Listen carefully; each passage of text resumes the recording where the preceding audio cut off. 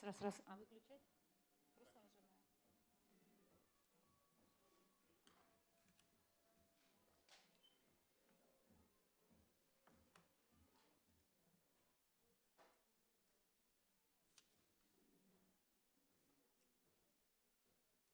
Начинаем, да? Добрый день, уважаемые участники семинара, уважаемые коллеги.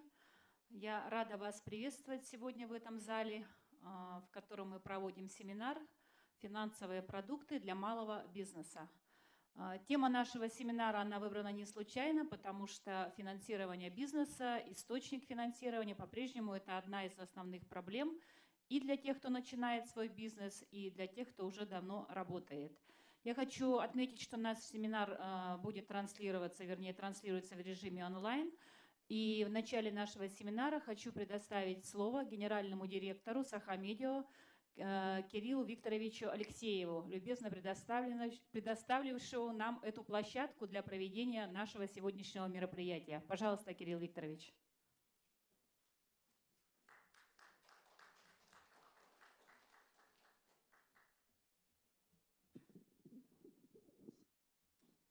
Добрый день. Работает? Да. Добрый день, уважаемые коллеги. Сегодня действительно для республиканского информационно-издательского холдинга «Саха-Медиа» день особый, поскольку мы открываем модернизированный после глубокого серьезного ремонта и оснащения новым современным оборудованием. То есть, если кто-то здесь был полгода назад, здесь была совершенно другая площадка, был республиканский пресс-центр. Сейчас здесь, тут мы сегодня, у нас неофициальная церемония открытия, по сути, и которая совпала с вашим мероприятием, открытие республиканского многофункционального медиацентра. Значит, мы постарались его сделать, ну, вы слышите, какая здесь акустика, какой звук, какой свет. Мы постарались его сделать так, чтобы любые мероприятия, которые здесь проводятся, можно было снимать, транслировать, готовить любые виды мультимедийного контента, показывать любые презентации, видеофильмы, ролики, вплоть до кинофильмов, инфографики, графики. То есть многофункциональный зал, площадка, как я ее называю, считаю, для подготовки современного мультимедийного контента. Но в первую очередь здесь, конечно, будут работать якутские журналисты, журналисты государственных и негосударственных средств массовой информации. И мы будем проводить, вот сегодняшнее ваше мероприятие первое, будем проводить конференции, круглые столы, записи отдельных программ. Вот здесь студийная зона, которую предстоит еще доработать. Мы очень рады, что с вашей организации, то есть с предпринимательства начинается свою работу эта площадка, поскольку для нас это, по сути, тоже, вы с этим знакомы, со стартапами, с новыми идеями. Для нас это фактически стартап внутри нашего государственного информационно-издательского холдинга. Еще, если несколько слов, то в наш холдинг входит газета «Якутия» и «Саха-Сире», газеты с почти столетней историей, Якутское Саха-информационное агентство, типография и, соответственно, вот эта новая площадка, этот бренд, эта площадка, которая будет объединять все эти средства массовой информации. Так что, пожалуйста, мы готовы, открыты к сотрудничеству. Я знаю, что у вас этим летом пройдут еще мероприятия, и наша площадка, наш зал к вашим услугам. Все, большое спасибо, добрый путь. Спасибо большое, Кирилл Викторович. Мы тоже очень рады, что мы первые, тем более, что это мероприятие проводится в рамках плана мероприятия Года предпринимательства, который у нас объявлен указом главы в республике 2015 год, Год предпринимательства. Это мероприятие проводится в рамках подготовки к Российскому дню предпринимательства, который отмечается 26 мая в России. Это день утвержден указом президента Российской Федерации. Я всех поздравляю с наступающим днем предпринимательства. И организатором этого мероприятия выступает наш Центр поддержки предпринимательства, наша республиканская организация инфраструктуры. Я представлюсь, меня зовут Коломыцына Татьяна Георгиевна, кто не знает. Я являюсь генеральным директором Фонда развития малого предпринимательства, то есть именно той организации инфраструктуры, которая сегодня реализует финансовую поддержку малого и среднего предпринимательства. В нашем семинаре сегодня принимают участие банки, представители практически всех банков, которые работают на территории республики и осуществляют кредитование малого и среднего предпринимательства, представители финансовых институтов развития, которые также оказывают финансовую поддержку предпринимательству. И каждый представитель этих финансовых структур сегодня расскажет о том, какие кредитные продукты есть для малого бизнеса, как можно ими воспользоваться, куда нужно обращаться, чтобы получить ту или иную финансовую поддержку. И в конце мы ответим на все ваши вопросы. Я предлагаю наш семинар построить таким образом, что каждый выступает, представитель тех структур, которые я назвала. Но поскольку по времени расписано выступление, то, наверное, давайте сделаем так. Выступающий и сразу вопросы. Согласны? Потому что люди будут приходить и уходить, лекторы выступающие, поэтому давайте сразу после каждого выступления, если есть вопросы, мы будем их задавать нашим участникам семинара. Итак, приступаем. Значит, первый у нас выступающий сегодня – это Сбербанк, представитель Сбербанка, Романова Светлана Викторовна, начальник отдела организации кредитования клиентов малого бизнеса. Пожалуйста.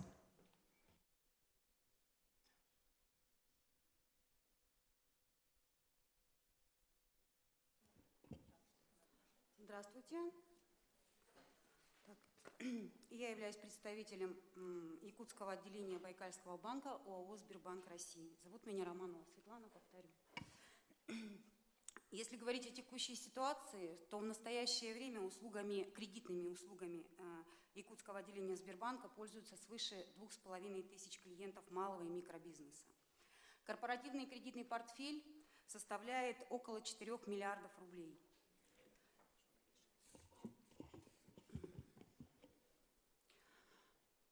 Кредитование клиентов малого и микробизнеса осуществляется в Центре развития бизнеса, который находится практически в центре города, на Кирова, 29.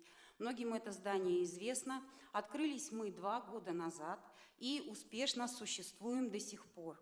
На базе нашего ЦРБ есть замечательный конференц-зал, где мы проводим встречи с предпринимателями, рассказываем о наших продуктах и сотрудничаем.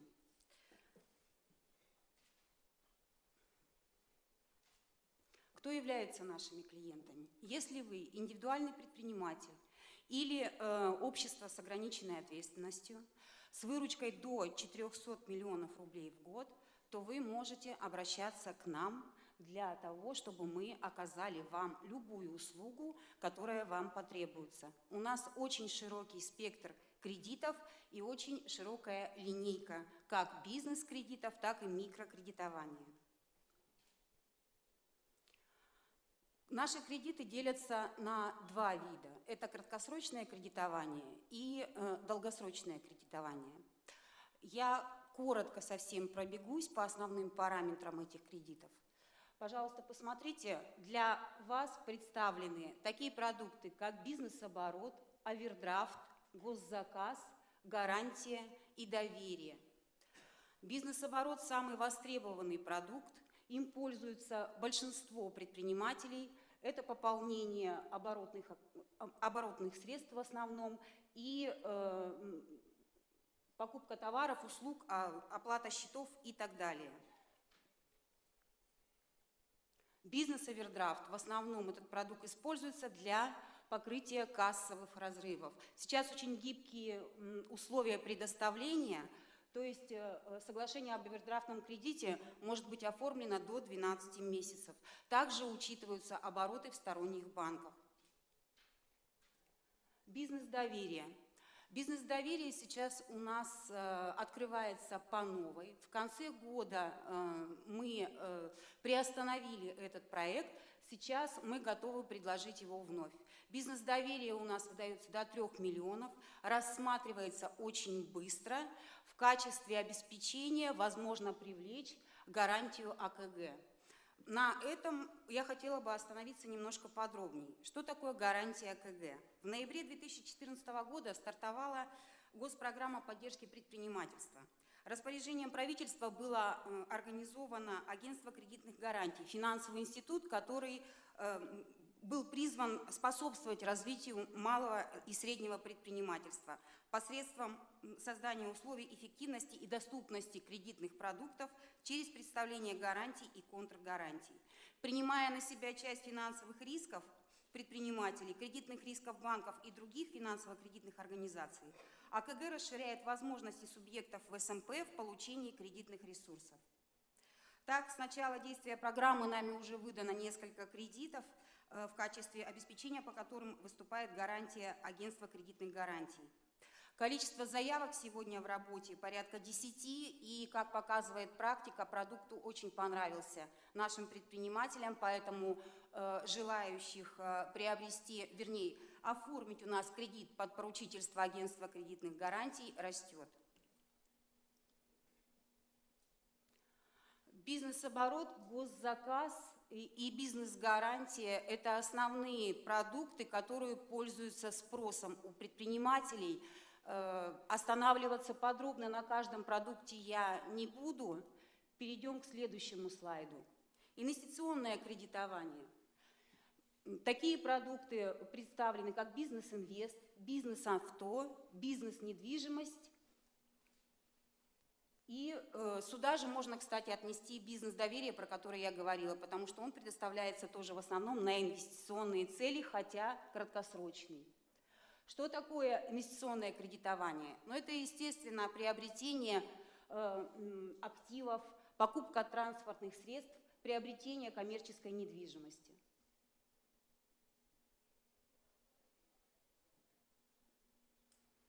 Какие основные условия по бизнес-инвесту? Срок кредитования от 5 до 10 лет. Сумма не ограничена. Хотела бы сейчас подчеркнуть то, что не сказала в самом начале. Суммы кредитов у нас ограничиваются только платежеспособностью заемщика.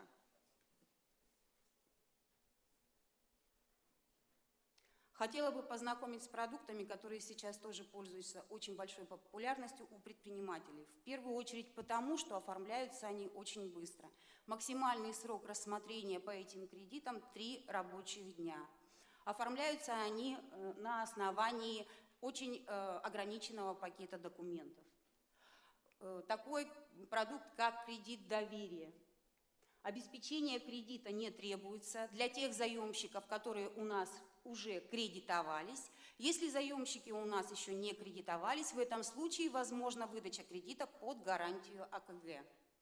По гарантии АКГ хотела бы добавить еще определенного какого-то специального пакета документов, который передается в агентство кредитных гарантий, не существует.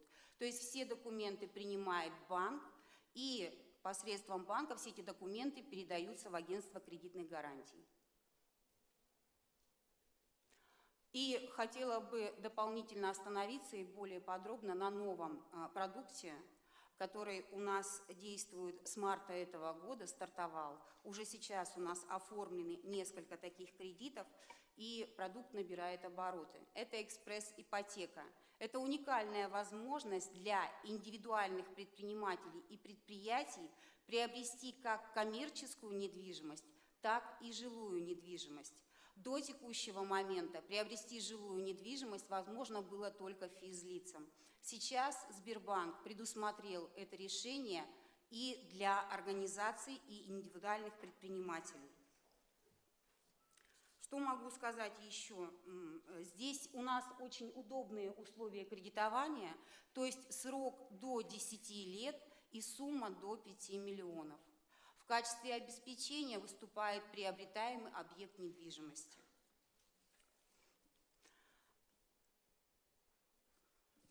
Еще хотела бы рассказать о том, что сейчас, вот в этот год, который для многих стал сложным, не очень простым, Сбербанк пошел на беспрецедентные меры. То есть у нас сейчас возможны проведения реструктуризации по кредитам. Реструктуризации как с удлинением срока кредитования, так и отсрочкой платежа.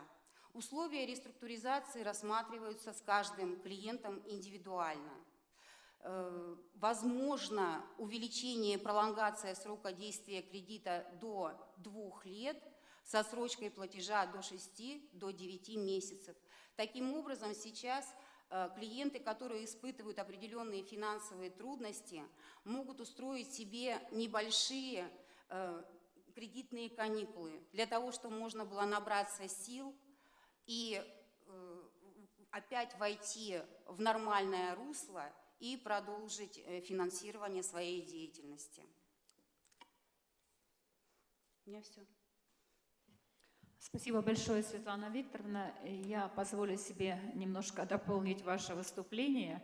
Вы почему-то всегда активно рекламируете агентство кредитных гарантий, но совершенно не говорите о нашей региональной гарантийной организации, с которой вы работаете с 2008 даже года. Да, то есть у нас же есть с вами совместные продукты под поручительство нашего гарантийного фонда. Я думаю, нашим предпринимателям, наверное, как-то более близко будет наше поручительство и работа через наш фонд. Ни в коем случае не умаляя агентство кредитных гарантий, которое находится далеко в Москве. Да? Я ожидала этого вопроса, спасибо за вопрос.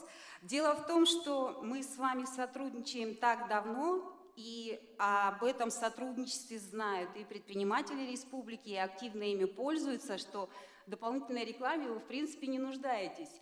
Вот. Но я хотела бы вам сказать спасибо за сотрудничество, и что действительно это также дополнительный инструмент для привлечения клиентов к нам, для того, чтобы они могли воспользоваться вашей гарантией, если, в случае того, что у них не хватает обеспечения и так далее. И хотела бы тоже сказать, что агентство кредитных гарантий и Фонд поддержки малого предпринимательства здесь не конкуренты. Нет, конечно. Да, потому что немножко разные условия. Да. Фонд поддержки предпринимательства может дать гарантию на пополнение оборотных средств. До 70% да. Возможно поручительство фонда. Агентство кредитных гарантий пока представляет поручительство до 50%. Да, там, конечно, есть разница в продуктах, и есть у нас совместные продукты с агентством кредитных гарантий, у нас с ними подписано соглашение. Я бы хотела все-таки высказать пожелание, чтобы у вас в перечне продуктов был какой-то отдельный продукт под поручительство нашего фонда, так же, как вот под агентство кредитных гарантий, чтобы это все-таки звучало в вашей рекламе, и, если это возможно, вот специальный отдельный продукт. Я думаю, нашим предпринимателям это, наверное, тоже необходимо, чтобы они об этом все-таки больше знали. Уважаемые предприниматели, у кого есть вопросы? Вопросы к Сбербанку, я думаю, должны быть, потому что это один из основных банков России, который кредитует бизнес. Доля их кредитования малого бизнеса как в России, так и в нашей республике, она самая большая среди всех банков. И продуктов много действительно у Сбербанка, поэтому, наверное, у вас должны быть вопросы. Пожалуйста, не стесняйтесь, поактивнее.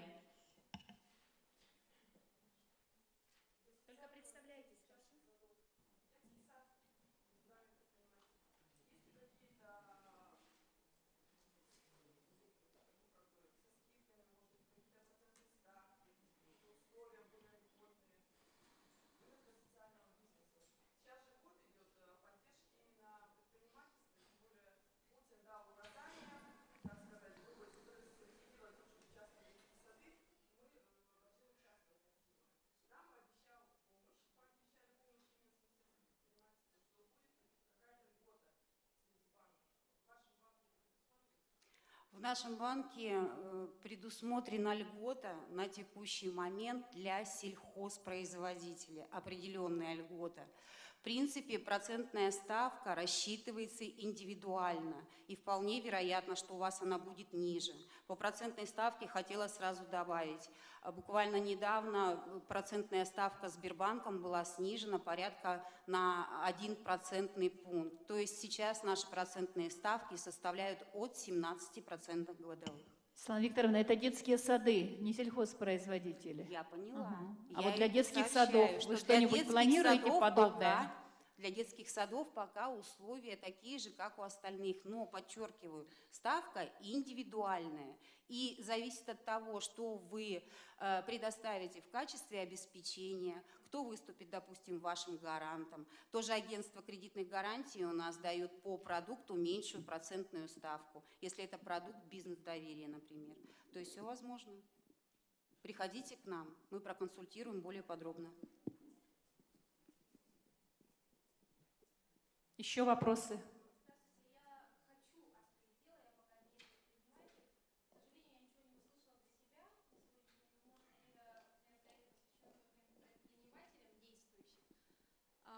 Я бы хотела узнать, где я могу достать информацию, у вас на сайте это есть, или все-таки подходить в Сбербанк непосредственно? На сайте у нас есть информация, конечно же, да. Если вы хотите получить более полную информацию, вы можете подходить на Кирова 29. То есть у нас за каждым предпринимателем, практически за каждым, закреплен клиентский менеджер. То есть как только вы открываете счет в Сбербанке, сразу же вы попадаете в руки клиентского менеджера, который далее ведет именно вас индивидуально. По поводу кредитования могу сказать, что в этом году пока программы, которые рассчитаны на стартапы, пока не работают. Возможно, возобновление таких программ чуть позже. Пожалуйста.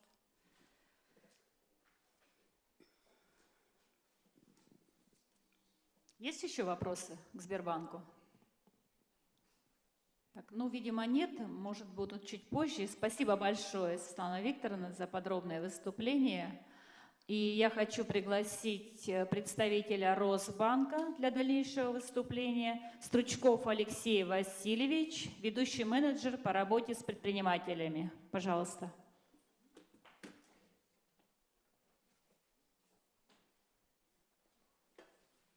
Добрый день. Меня зовут Алексей, я представляю Росбанк. Сейчас.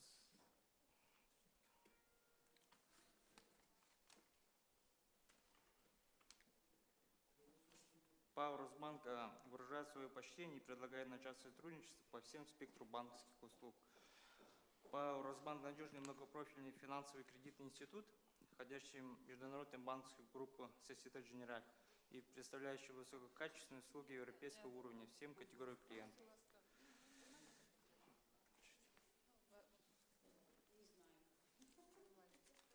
Основные группы продуктов у нас есть некредитные продукты и кредитование. По некредитным продуктам у нас есть расчетно-кассовое обслуживание, зарплатные проекты и бизнес-карты. По кредитованию именно предпринимателей выручкой до 400 миллионов у нас есть кредитование универсальный залоговый кредит, а также овердрафт и кредитование собственного предприятия по малому бизнесу.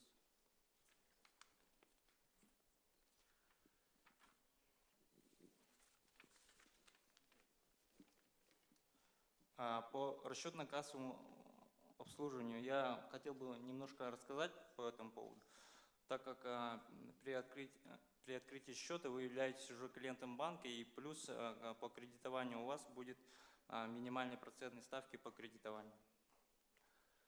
У нас идет акция с 1 января 2015 года по 31 декабря 2015. При открытии расчетного счета, если у вас обороты в другом банке, тогда у нас в течение 3 месяцев будет бесплатное обслуживание и все комиссии при операции.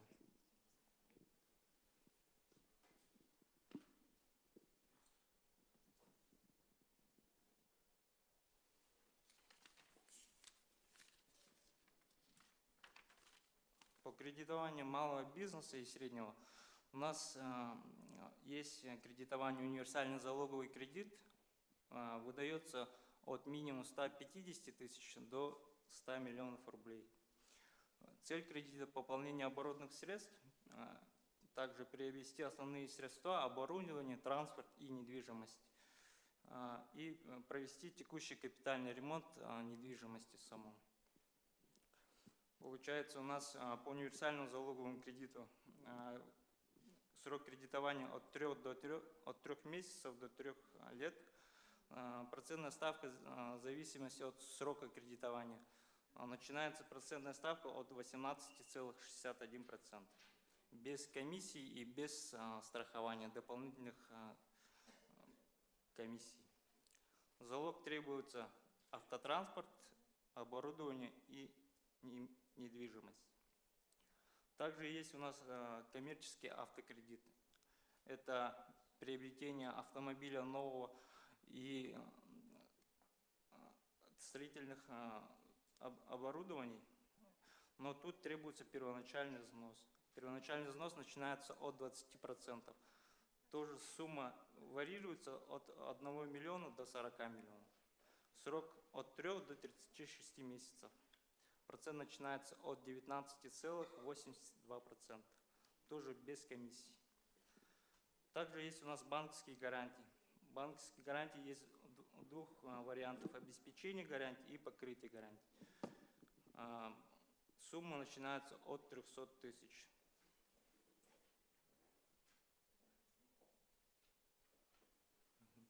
От 300 тысяч. Срок до 18 месяцев. По банковским гарантиям процентная ставка не требуется, там оплачивается комиссия 0,5% ежеквартально. Выдается вексель, при обеспечении требуется залог автотранспорт, оборудование или недвижимость. А по покрытию гарантии можно положить депозиты, тогда при залоге оборудование и недвижимость не требуется.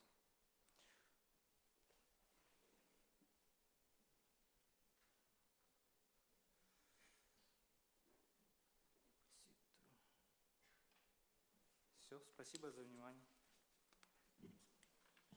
Спасибо большое, Алексей Васильевич. Пожалуйста, вопросы.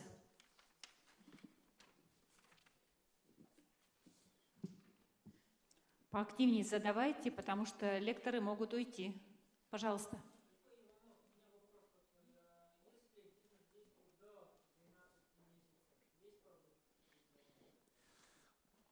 Если бизнес до 12 месяцев, такие кредитования пока у нас временно приостановили. До 12 месяцев не кредитуем. Но, возможно, в будущем, скорее всего, к лету этого года такие кредитования возобновятся. Минимальный срок тогда какой у вас ведения бизнеса требуется? 12 месяцев. 12 месяцев, то есть меньше 12 вы не рассматриваете. Ну, я думаю, здесь, наверное, все банки, которые будут выступать, там минимум 6 месяцев это у них осталось, поэтому сразу скажу, что когда будет мое выступление, я скажу, где и как может получить заемные средства начинающий предприниматель. Банкам, наверное, с этим вопросом обращаться даже не стоит. Пожалуйста, вопрос.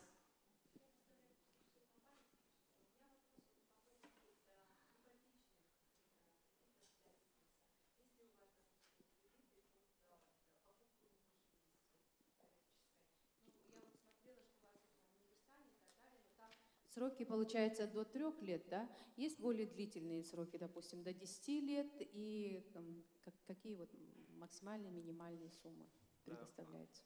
По коммерческому недвижимости с этого года, с января месяца, у нас, к сожалению, коммерческую ипотеку отменили, ну, приостановили.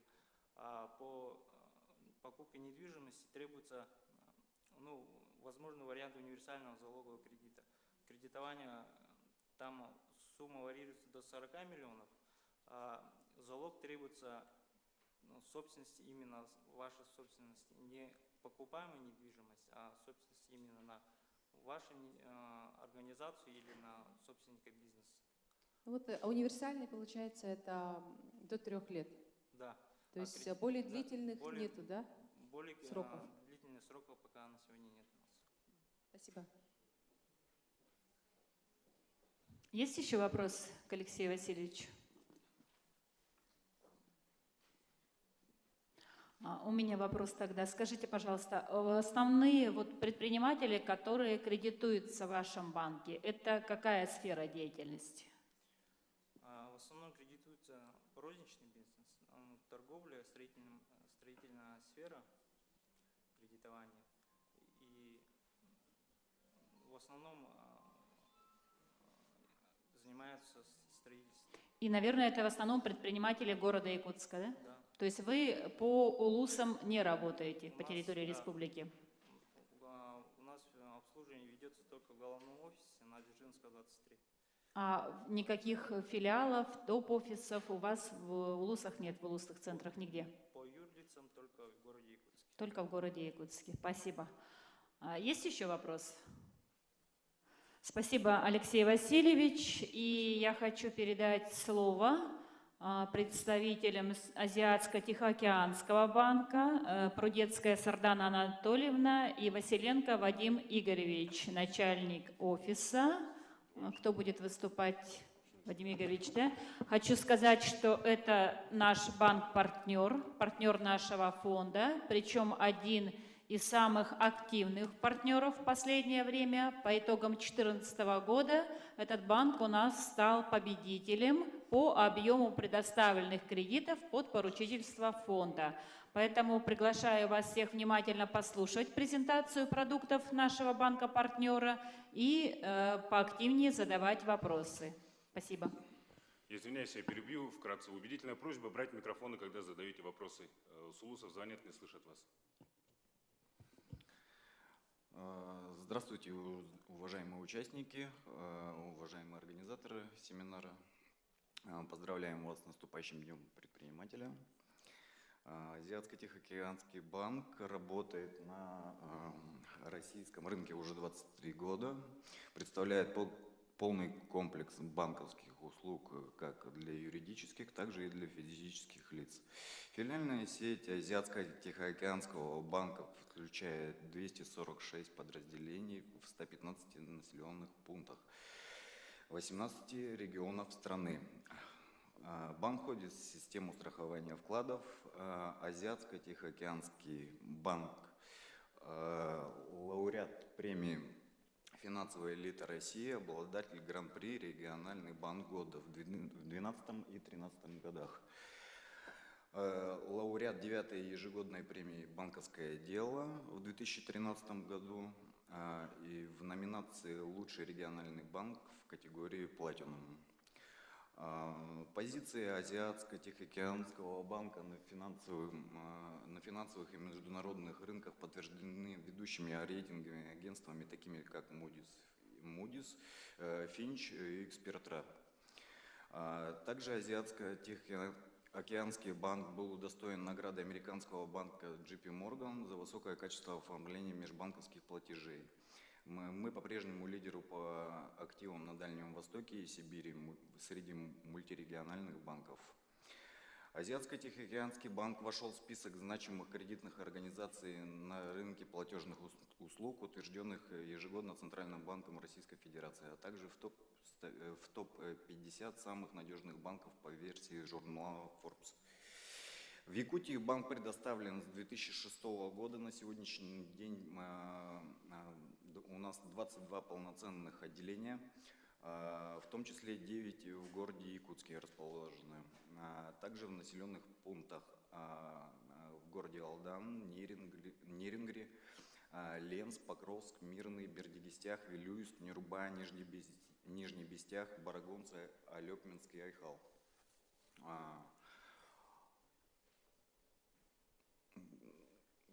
Не работает. Можно переключить? Помогите, пожалуйста. Организатор, можно вас?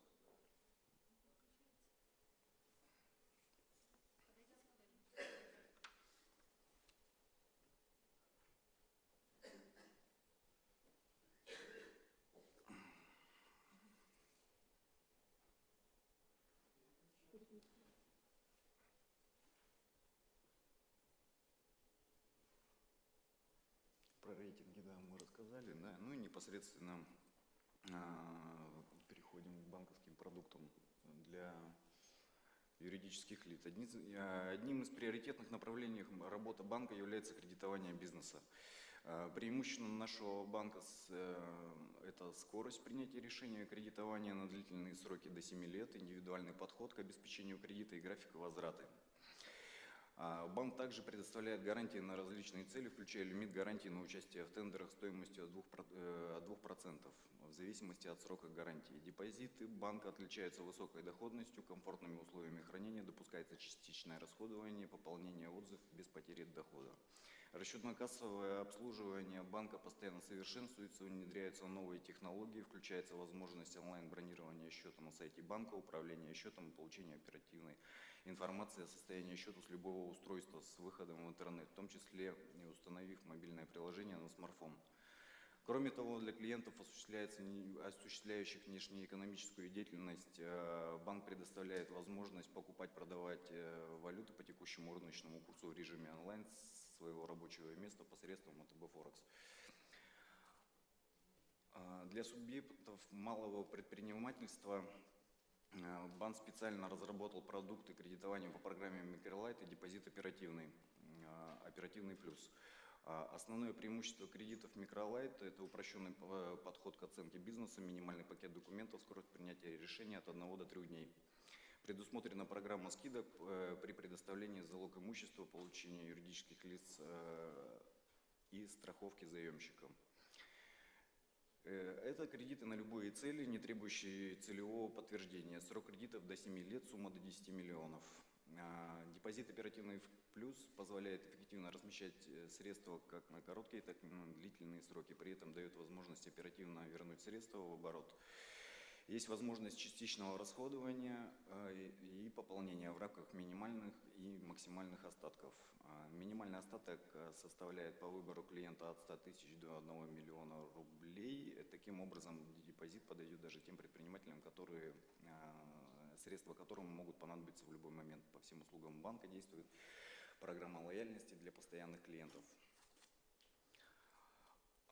Азиатско-Тихоокеанский банк делает все возможное, чтобы предлагать своим клиентам лучшие предложения на рынке. С 2009 года мы сотрудничаем с Республиканским фондом поддержки предпринимательства Татьяны Георгиевны. На текущую дату 11% от общего количества действующих кредитов по малому и среднему бизнесу выданы под поручительство фонда. В целом по банку каждая 10-я кредитная сделка осуществляется с гарантиями фондов. Также банк плодотворно сотрудничает с МСП банком и Международным инвестиционным банком. В рамках реализации совместной программы финансовой поддержки малого и среднего бизнеса привлечены кредитные ресурсы от МСП банка на общую сумму 1 миллиард 550 миллионов рублей и 5-летний кредит в размере 200 миллионов евро от Международного инвестиционного банка.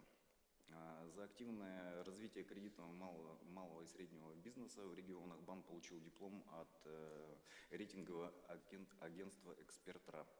Банк не стоит на месте, постоянно совершенствуется в свою продуктовую линейку, разрабатывая вместе для своих клиентов. Благодарю за внимание, готов ответить на все вопросы и оказать более подробную консультацию по интересующим услугам. Спасибо, Вадим Игоревич. Пожалуйста, вопросы. Только представляйтесь и в микрофон.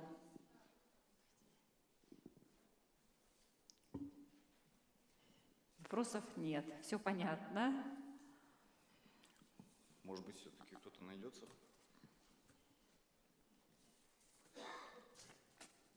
Ну, тогда у меня вопрос. Скажите, пожалуйста, по сравнению с декабрем 2014 и началом 2015 года, когда ключевая ставка была там 17,5, потом снижение пошло, сейчас она 12,5. Как у вас с процентными ставками сегодня по кредитам? Ну, наши процентные ставки, они в рынке. В принципе, от 20% мы предлагаем для юридических лиц кредиты. Ну, все, конечно, зависит в зависимости от обеспечения, в зависимости от того, какое финансовое состояние. Ну, стандартные, в принципе, процедуры, которые влияют непосредственно на размер процентной ставки. Что касается, было ли снижение, То есть повысить все банки очень быстро. Повысили ставки в декабре, в январе, в феврале, там даже еще так держалось. А вот со снижением как? Дело в том, что кредитование юридических лиц в тот момент, когда ставка была пиковая, в принципе, у нас были тоже достаточно высокие ставки по отношению к тому курсу, они, конечно, да, снизились.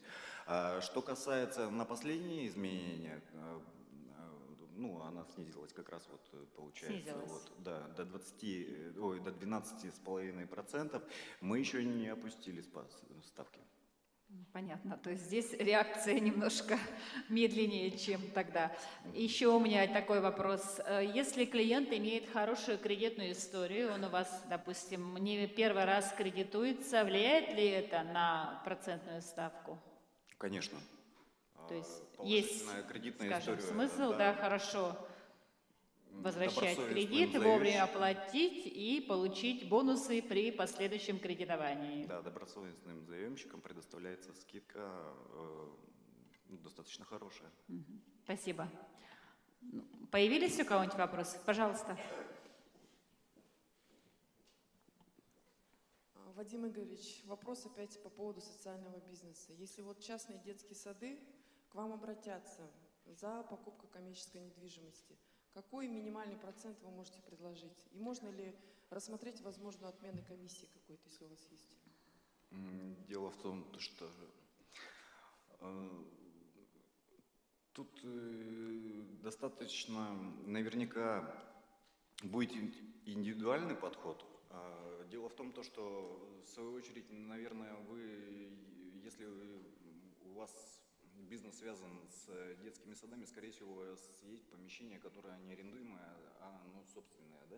Непосредственно вы каким образом арендуете? Недвижимость не собственная, я хочу приобрести коммерческую недвижимость в собственность, чтобы перестать платить арендные платежи. Ну, вы, в принципе, давайте договоримся таким образом.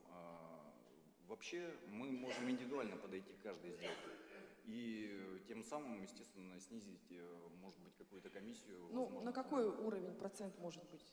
12% годовых, 10% годовых? Тут очень много факторов влияет на снижение комиссии, поэтому я не могу вам сейчас в данный момент озвучить непосредственно, какая ставка итоговая будет для вас. Поэтому, если вы обратитесь, я думаю, мы что-нибудь придумаем так, чтобы это вас устроило. Ну вот вы же работаете с фондом поддержки малого предпринимательства. Социальный бизнес к вам обращался? Социальный бизнес, да, к нам обращается, но непосредственно, я говорю, опять же, каждый клиент индивидуален по своему подходу. В общем, информация секретная, ясно. Нет, но дело в том, что никакого секрета нету. Отвечая на предыдущий вопрос, я уже сказал, что очень много факторов влияет на формирование итоговой процентной ставки, которая будет предоставлена для клиента. Поэтому тут необходимо видеть документы, проводить анализы, Спасибо и тогда за будет понятно. Я думаю, здесь вот основная проблема нашего социального бизнеса, и, в общем, мы сейчас эту проблему как-то пытаемся решить.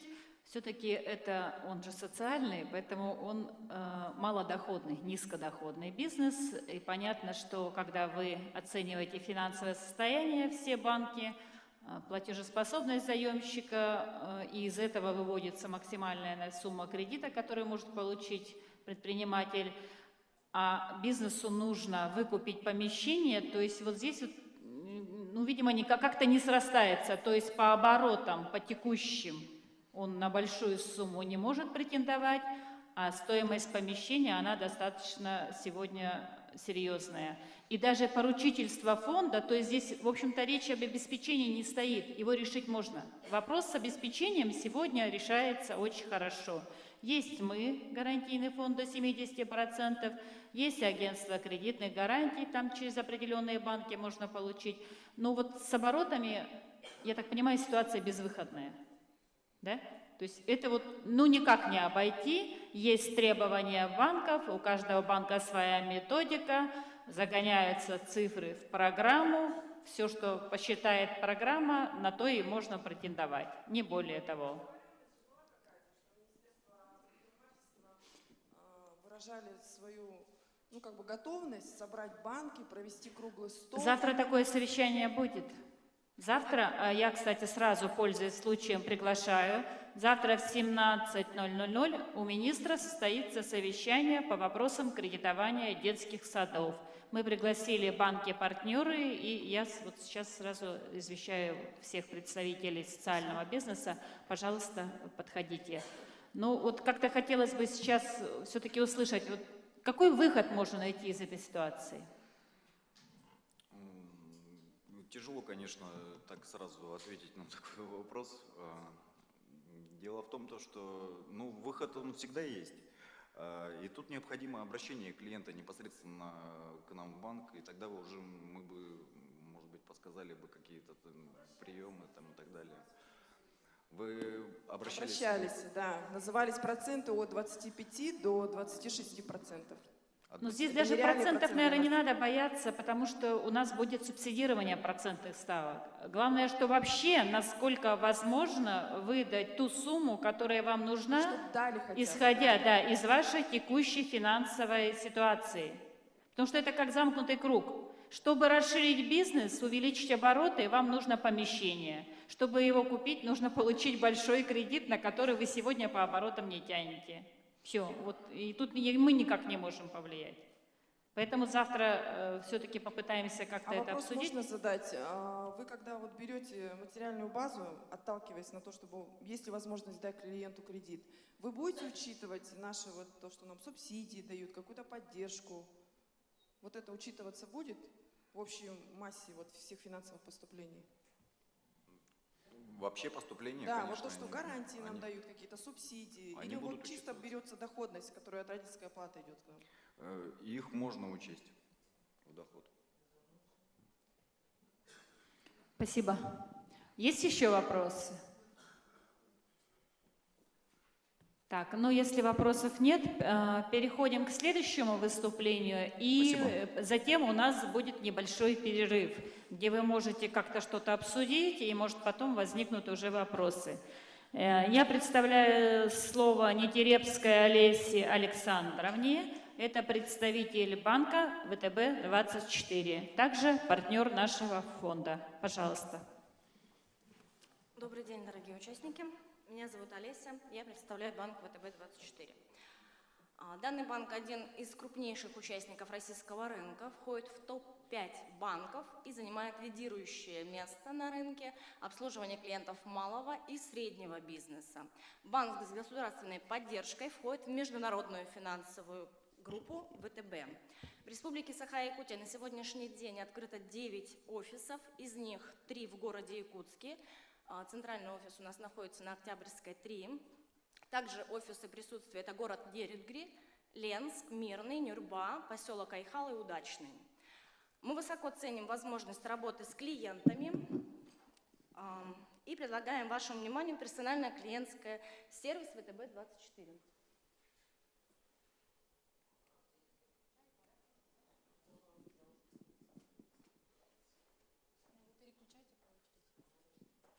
Не переключать. Что входит в персональный клиентский сервис? Это первое – оперативное проведение банковских операций, индивидуальное обслуживание, учитывая ваши персональные пожелания. Также мы работаем круглосуточно с консультационным центром по выделенной горячей линии. В рамках индивидуального обслуживания у вас появится в нашем банке свой человек, то есть персональный менеджер, который поможет в решении финансовых задач с помощью банковских инструментов. Так, получается, да?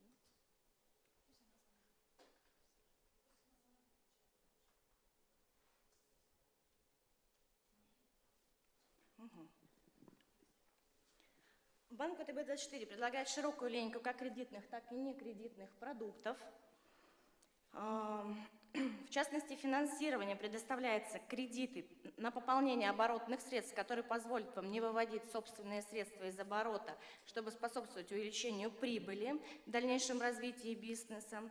Также установление лимита финансирования, благодаря чему вы сможете воспользоваться средствами в течение 180 дней по утвержденным условиям после принятия решения. Также у нас есть инвестиционные кредиты, дает возможность расширения бизнеса, приобретения коммерческой недвижимости. Также сейчас, одну секунду.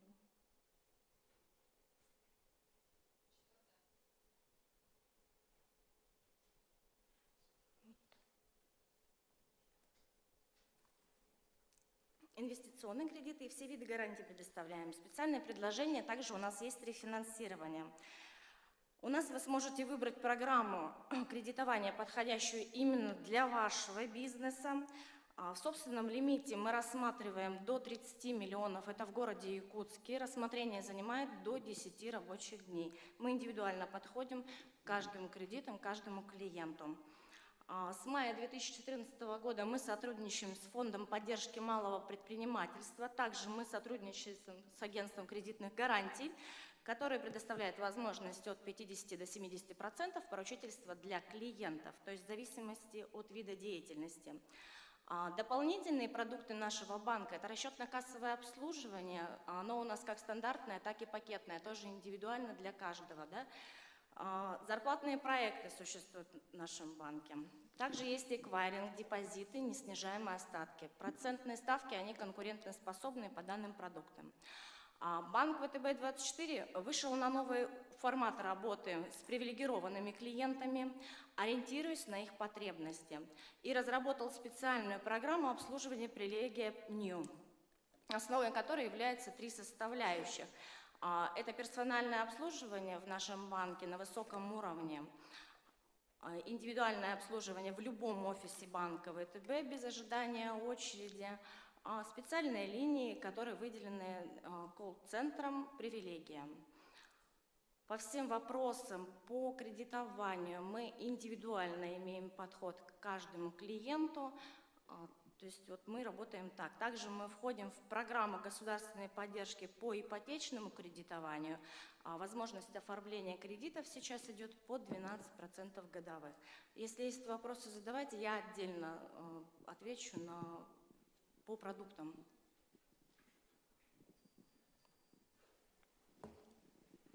Пожалуйста, вопросы есть?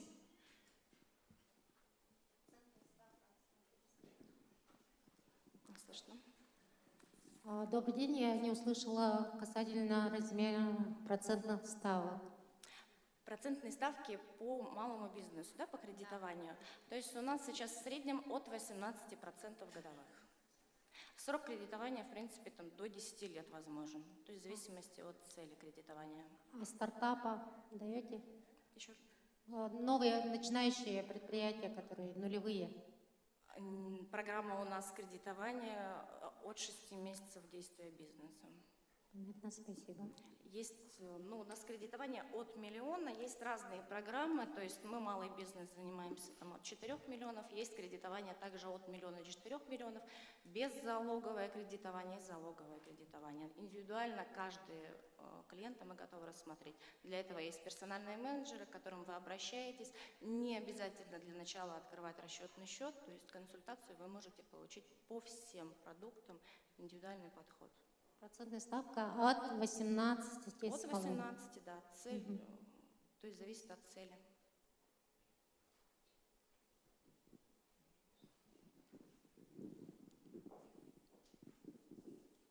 День добрый. Относительно у вас в докладе прозвучало стратегические партнеры банка. Это кто такие? Что за предприятия, организации? Стратегические партнеры банка? Стратегические партнеры у вас прозвучало в докладе, что если человек приобретает оборудование у стратегических партнеров, то рассматривается как бы в другом ракурсе вопрос кредитования. Стратегических партнеров конкретно нет, там не было. Мы работаем именно с фондом и с АКГ. Это по обеспечению. На экране был. На экране у вас был. Эквайринг? На экране у вас был. На экране? Можете посмотреть еще раз, и я думаю, вы А вопрос задайте, какой вас конкретно интересует, А что за цель? Кто это такие стратегические партнеры ваши? Но мы партнерами являемся с фондом поддержки малого предпринимательства, АКГ. Тогда второй вопрос, не будем заморачиваться. Второй вопрос. Залог в сельской местности возможен? Залог в сельской местности? Да, залог недвижимости в сельской местности. В тех местах, где нет вашего филиала, скажем. Возможность такую мы можем рассмотреть. Есть у нас случаи, когда выезжают, то есть наша служба, она выезжает на места. Оценка чья? Оценка банка? Оценка у нас происходит здесь. К сожалению, они, может быть, даже не смогут выехать.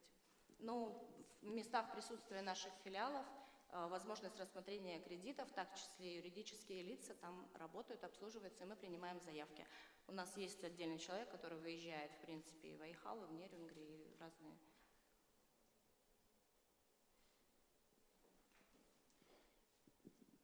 Добрый день. Я хотела уточнить по поводу ипотечного кредитования. Вы сказали, что от 12% годовых, да? Да, государственная поддержка это сейчас. Ипотечное кредитование бизнеса имеется в виду, или же это физическое лицо? Нет, здесь государственная поддержка ипотечная, которая входит в Сбербанке, ВТБ-24, 12% годовых, это для физлиц.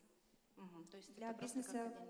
Для бизнеса ипотечное кредитование есть, ставка у нас от 18% сроком до 10 лет. Есть возможность залога под приобретаемую недвижимость. Сумма кредита? Сумма кредита в рамках города Якутска мы рассматриваем до 30 миллионов, в принципе, без ограничения. А первоначальный взнос какой-то есть? Должен быть от нас? Под Например, бизнес? у Сбербанка 30%, да, должен быть, а у вас?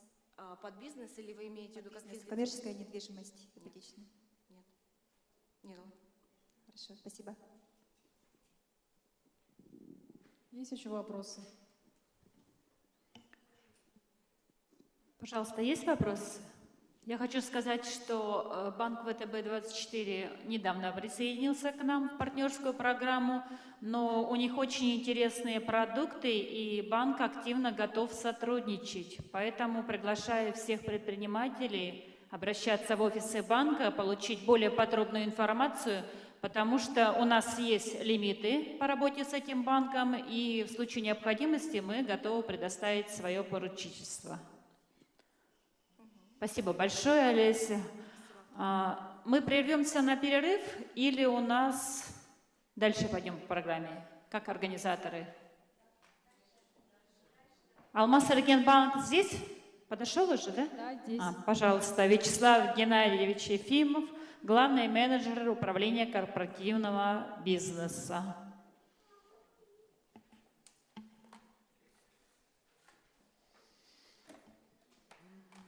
Это также наш банк-партнер, один из самых первых банков-партнеров. Это наш региональный банк, поэтому я думаю, что у них условия могут быть более гибкими, потому что здесь все решается на месте. Сроки рассмотрения заявок более быстрыми, я надеюсь. Более подробно мы сейчас послушаем. Добрый день. Позвольте представить вашему вниманию краткую справку о нашем банке и проинформировать вас о программах кредитования субъектов малого предпринимательства, по которым работает Алмаз-Энергетбанк. Алмаз-Энергетбанк имеет опыт работы свыше 20 лет и занимает прочные позиции в банковском секторе республики. По данным сайта Банка России, по состоянию на 1 января 2015 года доля банка на финансовом рынке республики по важнейшим показателям банковской деятельности составляет следующие показатели. Кредиты юридическим лицам 3,3%, кредиты физическим лицам 5,5%, кредиты субъектам малого среднего предпринимательства составляют 18,8%. В 2014 году Алмаз-Энергетбанк впервые вошел в топ-100 российских банков по кредитованию физических лиц. Банку доверяют более 12,5 тысяч корпоративных клиентов и свыше 300 тысяч розничных клиентов. Банк имеет 20 дополнительных офисов и операционных офисов на территории республики, а также банк узнают за пределами региона через деятельность представительств в Москве, Санкт-Петербурге, Владивостоке, оперофисе в городе Хабаровске. Стабильность и надежность Алмаз-Энергетбанка подтверждены рейтингами кредитоспособности. Агентством «Эксперт РА» в сентябре 2014 года подтвержден действующий рейтинг Алмаз-Энергетбанка на уровне А+, стабильный.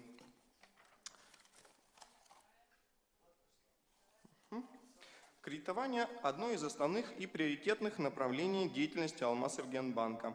Объем корпоративного кредитного портфеля за 2014 год вырос на 14,5% и на 1 января 2015 года составил 8,7 миллиарда рублей.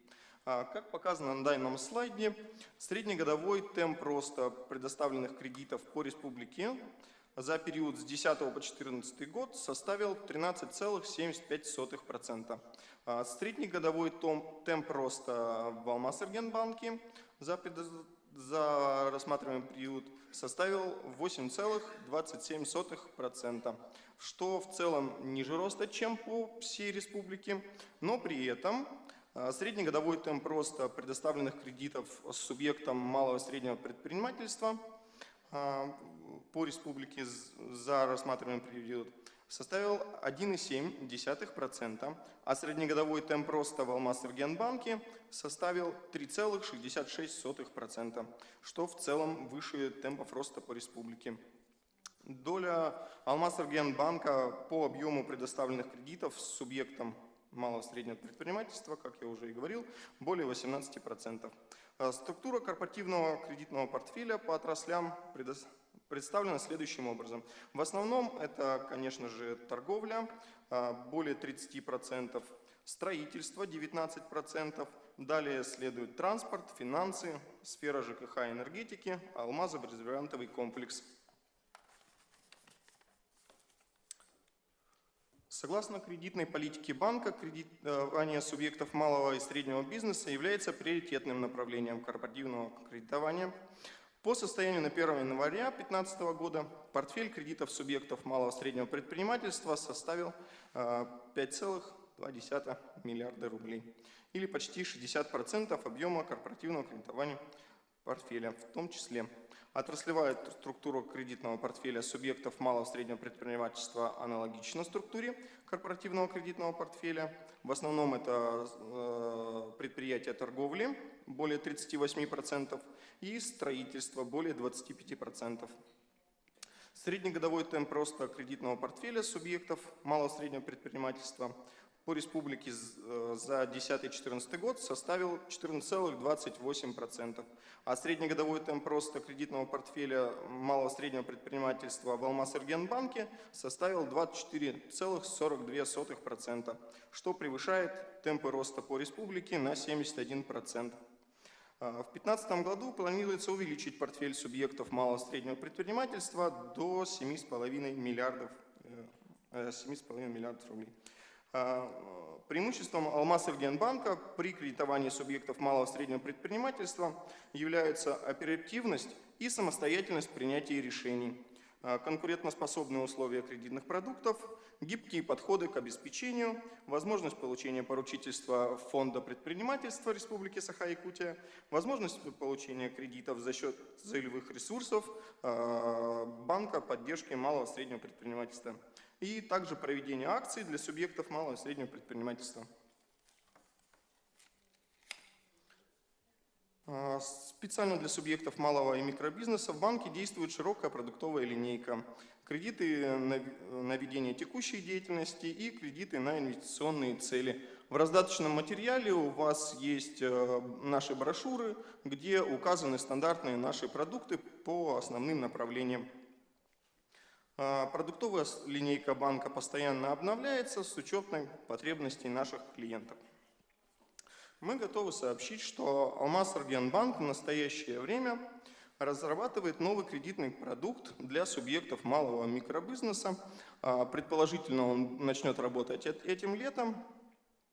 Этот продукт учитывает потребность наших клиентов в минимизации пакета документов, упрощения методики оценки, сокращения сроков рассмотрения и принятия решений, программу лояльности нашего банка к постоянным клиентам. Кредитный продукт, как показано, будет предоставляться сроком до 2 лет в сумме до 2 миллионов рублей. При этом сумма до 1 миллиона может быть предоставлена без залога, и в случае положительной кредитной истории в банке можно без залога положить и до 2 миллионов рублей. В качестве обеспечения по данному кредитному продукту будут предоставляться поручительства индивидуального предпринимателя или учредителей организации.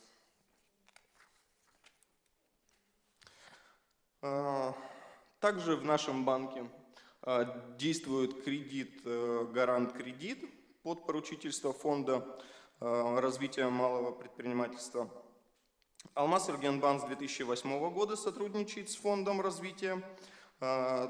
Целью сотрудничества является развитие системы кредитования субъектов малого и среднего предпринимательства в республике, создание благоприятных условий в интересах субъектов малого и среднего предпринимательства для обеспечения им равного доступа к кредитным ресурсам. Размер поручительства фонда по кредитам, представленным субъектам малого и среднего предпринимательства, не может превышать 70% от суммы выдаваемого кредита и начисленных процентов. А также размер поручительства фонда по каждому из заключаемых договоров не может превышать 38 миллионов рублей. Алмаз-Энергобанк принимает участие в конкурсе Фонд развития малого предпринимательства на размещение депозита, который состоится в июне, видимо, и продолжит свою работу с фондом по данному кредитному продукту. В данной таблице представлена динамика нашего взаимодействия. За, получается, период с 2009 по 2014 год заключено более 130 договоров со 101 организацией. Также в нашем банке действует программа кредитования для членов Союза строителей Якутии. Действует эта программа с 2011 года. Ее целью является поддержка строительных организаций Союза строителей. По ней действует льготная ставка. Она минимальная. На данный момент это 13% годовых. Максимальная сумма до 50 миллионов рублей, максимальный срок до 2 лет. В данное время в программе заключено с 40 клиентами 46 кредитных договоров действующих с остатком судной задолженности более 564 миллионов рублей. При этом банк планирует внесение изменений в действующие договора с оформлением данной программы. Также в нашем банке мы сотрудничаем активно с ООО «МСП Банк», Банк поддержки малого предпринимательства. Сейчас мы с ними совместно, работаем по программе «Финцелевой». Ставка по данному кредитному продукту составляет 13,25%, срок кредитования до 5 лет. С агентством кредитных гарантий на данный момент банк тоже намерен сотрудничать. Заявка рассматривается. Буквально сегодня мы должны получить решение. Будет разработан, естественно, продукт, по которому будет приниматься, получается, данные гарантии. Тоже будем его активно рекомендовать всем субъектам малого предпринимательства. Кроме того, в этом году у нас в банке отдельно выделено управление проектного финансирования. Это что касается вопросов, которые сегодня задавали по кредитованию стартапа, по кредитованию также социального бизнеса. Можно к нам обращаться. Конечно, заявки мы будем рассматривать, но, конечно, со стартапом пока сложно, потому что пока у нас понятно, что ключевая ставка рефинансирования снижается, но в общем тенденция в стране пока поддерживается, что у нас еще последствия кризиса. Поэтому пока со стартапом сложно. Конечно, сейчас мы тоже, как и все банки, кредитуем организации с действующим бизнесом, у кого есть обороты, у кого есть уже сложившиеся партнерские отношения с поставщиками, подрядчиками. Вот. Ну, в 2015 году наш банк демонстрирует умеренный оптимизм и не намерены сокращать объемы кредитования субъектов малого и среднего бизнеса при условии наличия спроса на наши ресурсы и наоборот. Увеличить на 25% относительно прошлого года и направить на выдачу субъектам малого и среднего бизнеса не менее 7,5 миллиардов рублей. Вот. Ну, по моей информации я вроде бы все рассказал. Если есть вопросы, можно задавать. Спасибо, Вячеслав Геннадьевич. Пожалуйста, у кого есть вопросы? Ну, я начну тогда, потом, думаю, предприниматели подключатся. Скажите, пожалуйста, вот у нас с вами было несколько проектов, которые вы кредитовали под поручительство фонда под будущие финансовые потоки. То есть это были инвестиционные проекты, это вот вообще даже один был практически стартап. Планируете ли вы продолжить вот именно такие кредитные продукты для бизнеса в 2015 году? Да, у нас сейчас вот выделено отдельное управление проектного финансирования. Сейчас перед ним стоят пока немножко другие задачи, но эта деятельность тоже в их сферу входит, они будут его поддерживать, развивать, то есть, конечно, будет. Планируете ли вы дальше работать с МСП-банком по привлечению ресурсов? Да, конечно, мы активно работаем с МСП-банком и будем постоянно их клиентами, будем пользоваться и всеми их программами. На данный момент, кроме финцелевого, мы подали заявку еще по программе, сейчас название точно не помню, но да, еще по одному направлению подали заявку, на данный момент рассматривается. То есть работа будет продолжаться? Да, конечно. Спасибо. У кого вопросы? Пожалуйста. День добрый. Здравствуйте. В начале своей деятельности, в 2008 году, у вас кредитовалось до 55 человек, ну, объектов, субъектов малого предпринимательства, а в 2013-2014 упало аж в 4 раза. С чем это связано? Количество субъектов? Да, количество организаций, получивших в вашей таблице было. В смысле, вы имеете в виду... Да, получивших кредиты уменьшилось в 4 раза аж. Кредитуемых с поручительством фонда. Совершенно. Да, то есть часть кредитования, получается, при взаимодействии с фондом, да, у нас была немножко сокращена. То есть это, с одной стороны, ну, может быть, влияние каких-то экономических процессов, меньше обращений, ну, в том числе, в принципе, менее активность предпринимателей по получению кредитных ресурсов в нашем банке. Я добавлю здесь. Дело в том, что когда мы начинали работать, вот 2009-2010 годы, у нас было всего 4 банка-партнера, и поэтому, естественно, все лимиты были распределены среди этих 4 банков, и предприниматели активно кредитовались только в этих банках под наше поручительство. С 2011 года у нас круг банков-партнеров стал расширяться, сегодня их 10, естественно, у предпринимателей появляется альтернатива, и они уже пошли и в другие банки. Поэтому и пошло снижение по Алмаз-Эргенбанку. То есть это нормальная ситуация, это не вызвано там какими-то негативными тенденциями. Есть выбор, есть конкуренция, есть другие банки, и предприниматели кредитуются в разных банках. Пожалуйста. Микрофон. Тогда вопрос, наверное, к вам, Татьяна Георгиевна. Вот много уже третий банк подряд говорит о том, что работает с фондом поддержки. Тогда предпринимателям и коммерческим предприятиям к вам лучше сначала обращаться, да? Да, наберитесь терпения, есть мое выступление по программе, и я подробно обо всем расскажу. Пожалуйста, микрофон.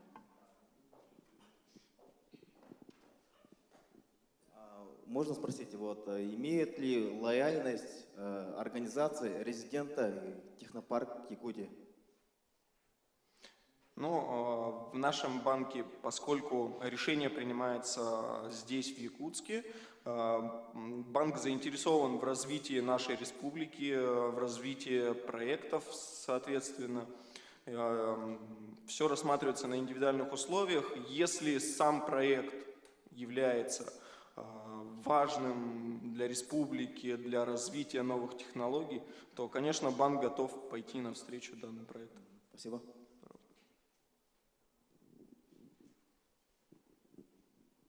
Так, вопросов больше нет. Ну, может, они появятся в конце, поэтому я все-таки обращаюсь ко всем выступающим. Если есть время, не уходите. Я думаю, наш семинар не будет очень долго длиться. Давайте, может, как-то вместе его все-таки завершим. Сейчас мы прервемся на перерыв. Да? На сколько минут? Спасибо. Ну, давайте минут 10-15, не больше. Хорошо?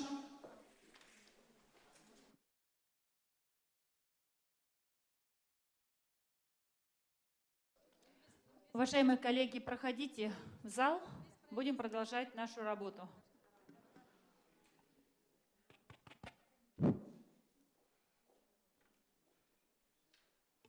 Остались самые терпеливые и те, кому действительно нужны какие-то финансовые ресурсы, видимо. Да, у нас завершился, скажем так, первый блок выступлений. Это были банки. Сейчас будет выступать инфраструктура, финансовые институты, которые также могут оказать содействие в получении финансовых средств. И я хочу предоставить слово представителю Агентства инвестиционного развития Республики Саха-Якутия Ефремовой Нюргуяне Ефремовне, главный менеджер информационно-консультационного отдела. Хочу сказать, что Агентство инвестиционного развития – это именно та структура, которая может вам оказать содействие в поиске инвестиций, в привлечении инвесторов, в подготовке, упаковке инвестиционного проекта. Поэтому, пожалуйста, послушайте внимательно, какие услуги оказывает это агентство сегодня, какие цели, задачи этого агентства, и затем специалист ответит на ваши вопросы. Спасибо. Добрый день, участники семинара. Как я сказала, меня зовут Нюргуяна Ефремова. Я представляю Агентство инвестиционного развития Республики Саха-Якутия. Согласно стандарту деятельности органов исполнительной власти субъектов Российской Федерации по обеспечению благоприятного инвестиционного климата в регионе, разработанному Агентством стратегических инициатив и одобренному президентом Российской Федерации Владимиром Владимировичем Путиным, в субъекте Российской Федерации должна функционировать специализированная организация по привлечению инвестиций и работе с инвесторами по принципу одного окна. Уполномоченным учреждением Республики Саха-Якутия по работе с инвесторами по предоставлению услуг сопровождения инвестиционных проектов по принципу одного окна является государственное бюджетное учреждение Агентство инвестиционного развития Республики Саха-Якутия. Агентство создано по распоряжению президента Республики Саха-Якутия от 8 апреля 2013 года, распоряжение номер 260 РП о создании государственного бюджетного учреждения Агентства инвестиционного развития Республики Саха-Якутия. Агентство призвано решать задачи привлечения инвестиций, создания благоприятного инвестиционного климата, активизации предпринимательской активности в сфере инвестиционной деятельности, взаимодействия с инвесторами, снижения административных барьеров при ведении бизнеса, продвижения инвестиционного потенциала республики. Агентство для реализации обеспечения принципа одного окна для инвесторов предлагает следующие услуги. Это консультационные услуги по инвестиционной деятельности, услуги по анализу рынка, проведение маркетинговых исследований, услуги по разработке плана маркетинга, разработка бизнес-плана инвестиционного проекта, экспертиза бизнес-плана инвестиционного проекта, услуги по продвижению инвестиционного проекта. Этап работы с инвесторами в нашем агентстве выглядит вот следующим образом. Первый этап – это поиск инвестиционных проектов. Оно у нас проводится, как правило, это установление контактов с потенциальными инвесторами внутри и за пределами республики для их последующего участия в инвестиционных проектах, реализуемых и планируемых к реализации на территории Республики Саха-Якутия, повышение инвестиционной активности в республике, также повышение инвестиционной привлекательности республики. Второй этап – это обслуживание инвесторов в агентстве, оказание услуги инвесторам по принципу одного окна, формирование и ведение базы данных инвестпроектов, оказание услуг по экспертизе бизнес-плана, оказание услуг по разработке бизнес-плана, сопровождение и реализация инвестпроектов. Третий этап – это поиск инвестиций, установление контактов с широким кругом потенциальных инвесторов, формирование и развитие интернет-портала «Инвест Якутия». Четвертый этап – это у нас выдача результата инвестору. То есть это может быть информация, экспертное заключение, разработанный бизнес-план, пакет документов по проекту, реализация проекта, то есть содействие финансированию. Вот, официальный прием инвестора по сопровождению инвестиционных проектов по принципу одного окна агентством начался вот только в прошлом году, с 1 марта 2014 года. За 2014 год зарегистрировано 71 инвестиционных проектов. Процентное соотношение по отраслям распределено следующим образом. Производство 32%, сельское хозяйство 35%, энергетика 8%, туризм 15%, строительство 6%, лесозаготовка 2%, сфера обслуживания 2%. В основном это представители малого бизнеса. Агентством разработаны такие инвестиционные проекты, как создание санаторно-туристического комплекса Якутия в Алтайском крае, создание цеха по производству быстрозамороженных овощей в условиях Республики Саха-Якутия, создание и организация предприятий по огранке алмазов и производству ювелирных изделий, создание пункта придорожного сервиса, строительство автомобильной газонаполнительной компрессорной станции и другие. Проведены экспертизы бизнес-планов, как вот создание предприятия по заготовке и глубокой переработке древесины с полным циклом производства по изготовлению комплектов документов, комплектов домов для малоэтажного строительства. Сумма проекта 479 миллионов. Создание предприятия по утилизации, переработку и выпуску резиновых изделий в республике. Также бизнес-план Скандинавия в рамках туристско-рекреационного класса «Северная мозаика». Агентством ведется планомерная работа по выявлению и снижению административных барьеров, препятствующих в развитию бизнеса. Так, вот в прошлом году с 31 мая по 2 июля агентством совместно с Центром поддержки предпринимательства проведен опрос субъектов малого и среднего предпринимательства по существующим излишним административным барьерам. Опрос был проведен методом анкетирования. Результаты опроса вот представлены на слайде. Основные проблемы, выявленные по итогам анкетирования, мы разделили на 3 типа. Первый тип – это вот наиболее сложные, то есть трудности с организацией нового бизнеса, недостаток финансовых ресурсов, высокий уровень налогообложения, высокие тарифы на энерго- и теплоресурсы, отсутствие инфраструктурных объектов, отсутствие банковского сектора. Второй тип – это вот сложная кадастровая стоимость земли, налоговое администрирование, государственные закупки. Третий тип, менее сложный, это сложная транспортная схема, отдаленность от центра, отсутствие помещений для организации бизнеса, низкий уровень кадрового обеспечения. Ну, вот эти вот вопросы, вот третий, который можно решить.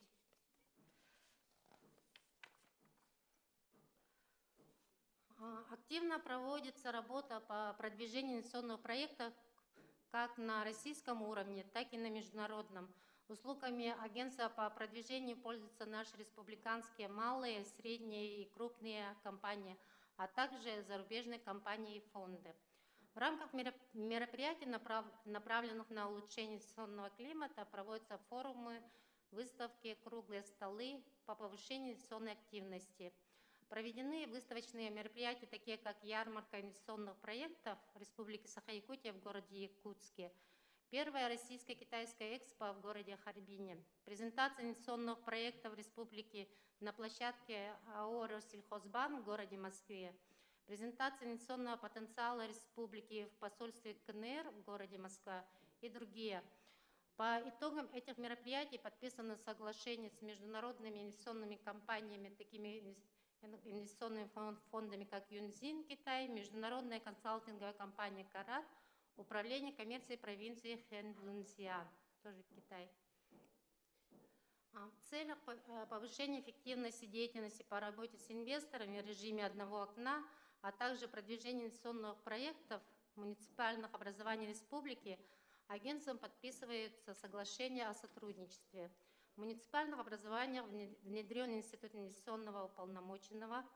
Агентством совместными усилиями с органами местного самоуправления организованы выездные круглые столы, встречи, семинары и консультации по сопровождению инвестиционных проектов по принципу одного окна. В таких муниципальных образованиях, как Мильнинский, Ленский, Мегино-Кангаласский, Нюрингринский и Горный. На текущий день проводится работа по подготовке к инвестиционному форуму «Вилюй зовет», который пройдет 29 мая в городе Нюрба. Агентство принимает также активное участие в создании территории опережающего социально-экономического развития ТАСЭР, Кангаласы, Базальт, Заречье. Для доступности услуг агентства на всей территории Республики Саха-Якутия заключены соглашения с ГАУ МФЦ о предоставлении услуг агентства на базе структурных подразделений МФЦ, согласно которому ведется прием документов от инвесторов. Кстати, этот опыт был признан Министерством экономического развития России как один из лучших управленческих решений региональных органов власти по развитию инвестиционной среды и вошел в сборник тезисов 70 практик регионального управления. В целях поддержки субъектов малого и среднего предпринимательства заключены соглашения и активно ведутся работы с Центром поддержки предпринимательства и с Фондом поддержки малого предпринимательства Республики Саха-Якутия. С информацией о деятельности и услугах агентства вы можете ознакомиться на республиканском инвестиционном сайте Инвест Якутия. Кроме того, в специализированном интернет-портале Инвест Якутия организован канал прямой связи «Горячая линия» с главой республики, куда может обратиться любой желающий по вопросам инвестиционной деятельности. Вот наш сайт в прошлом году по результатам исследования ОСИ инвестиционных порталов регионов России вошел в число лидеров. Вот наши контакты. Благодарю за внимание.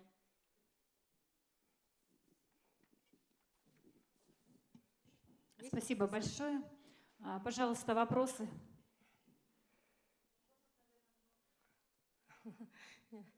Вопросы мы в коридоре решили. Уже, у нас уже есть здесь как бы... Ну, есть предприниматели такой народ, в общем, стараются решать свои вопросы индивидуально. Да, потому что тем более, вот, ну, как бы именно Да, по понятно, нашей что части... это бизнес, не все хотят озвучивать какие-то проблемы, какие-то такие вопросы. Поэтому, если сейчас вопросы не хотите задавать, да, мы все готовы встретиться индивидуально, контакты есть, пожалуйста, обращайтесь в офис, подходите к специалистам. Контакты, Еще раз, да? сейчас повторим. Да, ага. Ага. Сотрудничестве с вами. Он приходит с идеей, и что потом? Сейчас, минуточку, я контакты поставлю. Ну вот у вас появилась идея. В первую очередь вы обращаетесь к нам, потому что мы вас правильно направим, переговорим вначале, потому что каждая идея, она индивидуальна, то есть требует каких-то пояснений, чтобы разработать бизнес-план. Во-первых, мы поэтому вот очень тесно работаем с муниципалитетом, потому что в первую очередь это земля, сами понимаете. Земля, участок, где будет это производство. Соответственно, потом смотрим, инфраструктура, есть свет, дорога. Потом начинаем дальше, да, вот как бы, где вы оборудование будете приобретать, какую мы зарплату будем предлагать своим работникам, плюс еще какие у нас будут расходные материалы. Ну, получается, вот, в первую очередь вы, естественно, обращаетесь к нам, и мы уже по ходу беседы уже с вами определяемся, что нам дальше надо. После этого, естественно, когда мы определимся, уже совместно составляются исходные данные. Ну, вот то, что я вам говорила, все равно и делается уже финансовая модель проекта, то есть уже высчитываем экономическую эффективность, срок окупаемости, параллельно проводятся маркетинговые исследования, таким образом у нас уже бизнес-план рисуется. Спасибо. Да, услуга у нас платная, до 100 миллионов у нас стоит на сегодня 34 тысячи, где вот в этом районе, там, ну, с хвостиком. Да, до 100 миллионов. У нас там есть крупные проекты, поэтому там уже ценник Здравствуйте. выше. Меня зовут Анна. Меня интересует вопрос франчайзинговой деятельности. Насколько она поддерживается вообще у нас в республике? И может ли бизнес франчайзера, ну, из головного офиса, да, как-то вот влиять и быть гарантом для поиска инвесторов? Успех бизнеса франчайзера самого? Ну, франшиза у нас, к сожалению, не проходила, потому что у нас вот идут именно вот, ну, как бы идеями, да, вот франшиза, по-моему, Сбербанк лизинг занимается франшизой, потому что у нас еще не было по франшизе. Ну, мне кажется, в любом случае, если проект реализуется в рамках франшизы, это дополнительный бонус и дополнительная гарантия того, что он будет более успешным. И банки в этом случае отнесутся, скажем, с большим вниманием и больше в сторону принятия положительного решения. Мы, как фонд, всегда тоже эти моменты учитываем. Агентство инвестиционного развития, если, я думаю, при разработке какого-то проекта и поиска инвесторов, ну, это только плюс. Когда франшиза, Ну, это да, только но плюс это в любом уже случае. Получается Да. готовый проект с нашей стороны, только экспертиза, потому что у нас в основном как бы обращаются вот с разработкой уже вот с идеей, поэтому с франшизой уже это уже готовый проект. Есть еще вопросы к агентству инвестиционного развития? Ну, это достаточно новая структура, конечно, у нас, да, в республике, но они уже себя успешно зарекомендовали. Портал очень интересный, и я думаю, что за этой структурой большое будущее, то есть именно в поиске инвестиций, в оказании помощи предпринимателям. Так что вы не стесняйтесь, обращайтесь. В любом случае, каждая наша вообще структура, все, кто здесь сегодня выступал, естественно, мы работаем только тогда, когда вы к нам обратитесь. Поэтому, есть даже такая пословица, чтобы спасти утопающего, недостаточно протянуть ему свою руку, надо, чтобы он в ответ протянул свою. Так что вы тоже активнее, пожалуйста, о себе заявляйте, о своих проектах. Инициатива все-таки должна больше исходить от предпринимателей. Спасибо большое, Татьяна Георгиевна. Спасибо. Спасибо всем. Я хочу предоставить слово венчурной компании «Якутия». Это тоже достаточно перспективная структура по финансированию малого бизнеса. У нее своя специфика работы достаточно интересная. И представит сегодня на эту компанию, ее продукты, Егорова Татьяна Михайловна, заместитель генерального директора по социальному развитию. Пожалуйста, Татьяна Михайловна. Добрый день всем. У нас тут краткая презентация о деятельности нашей компании, чтобы ознакомить и о процедурах и условиях получения финансирования. Так. Ну, компания работает, осуществляет свою финансовую деятельность с 2012 года. За время деятельности поступило более 500 заявок на финансирование на сумму около 11 миллиардов рублей, из них от венчурной компании около 4 миллиарда рублей. На данный момент портфель проектов составляет 12 проектов, из них одобрено финансирование на 216 миллионов рублей, от венчурной на 94 миллиона, привлечено инвестиций на 121 миллион. И в наших проектных компаниях создано 8 рабочих мест. У венчурной компании «Якутия» 3 направления. Во-первых, это инвестиционная деятельность, развитие дочерних компаний и некоммерческая деятельность по популяризации и продвижению технологического предпринимательства и инновационных компаний. Как осуществляет свое финансирование и взаимодействие с дочерними компаниями? Во-первых, это вход в уставной капитал за долю в компании, или же это конвертированные займы, которые можно будет перевести в долю. Вот здесь представлены 12 проектов, которые мы профинансировали, и как был осуществлен вход в них.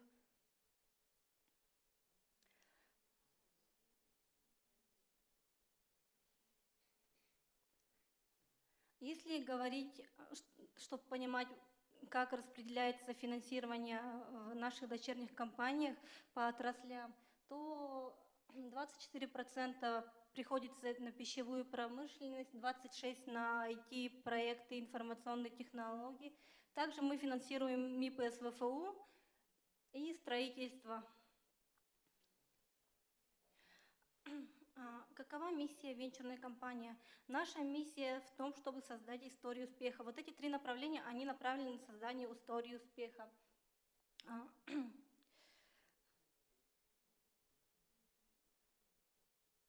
В чем наше отличие от других финансовых институтов?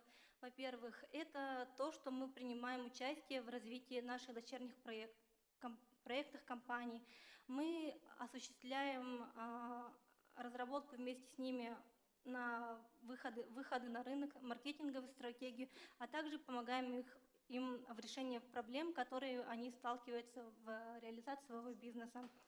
Также мы финансируем те проекты, которые бы банки не финансировали. Мы финансируем проекты, в которых есть значительные риски. Также достаточно широкое распределение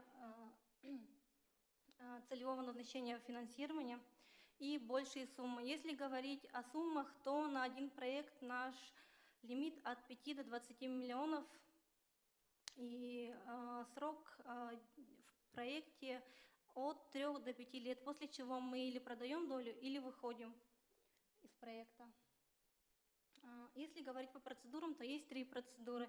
Первая – это подача заявки, потом экспертиза и финансирование. Для того, чтобы подать заявку, вам нужно скачать на сайте венчурной компании пакет документации, который состоит из 7 документов, заполнить их и привести в венчурную компанию. После чего нами будет проведена экспертиза на полноту всех документов, на то, насколько хорошо заполнен бизнес-план, все ли аспекты отражены, насколько оценен рынок и другие необходимые параметры.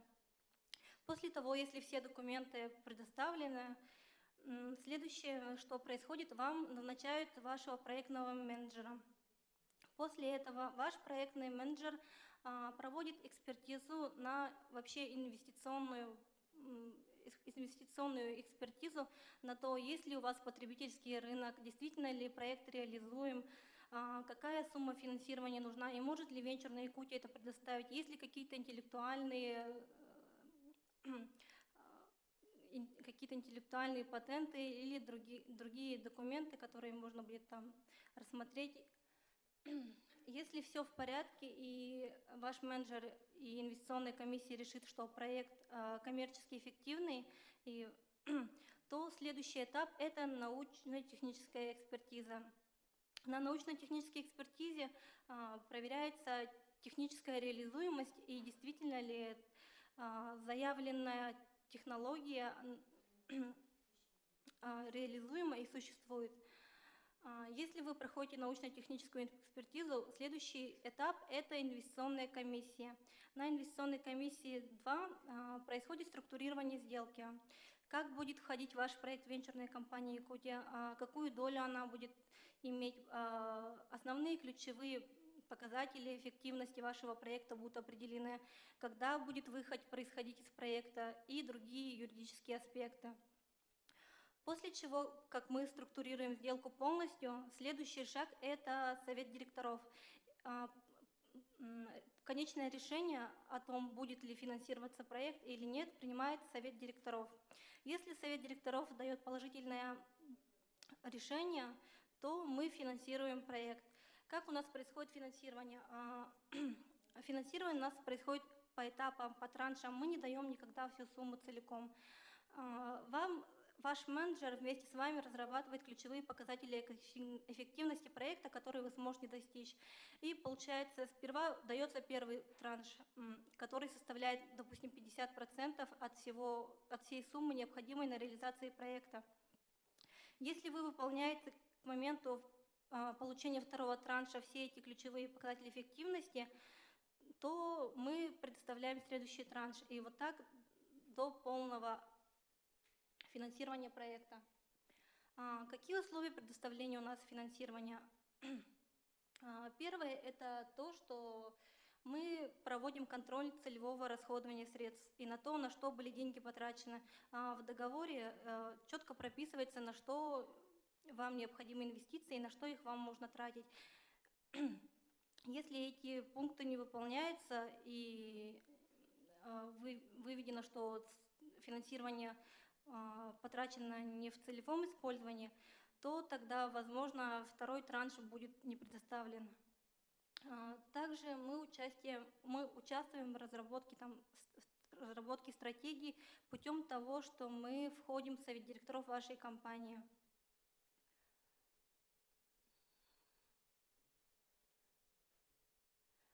Также венчурная компания осуществляет некоммерческую деятельность, такое как популяризация и продвижение технологического предпринимательства.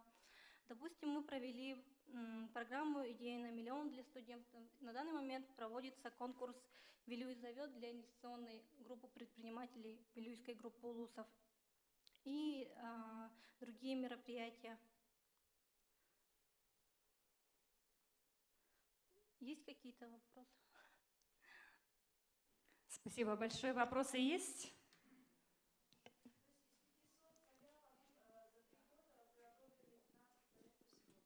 Да, потому что дело в том, что у нас уставной капитал компании составлял 240 миллионов, а 500 заявок, они были порядка 4 миллиардов рублей, которые необходимы от венчурной компании.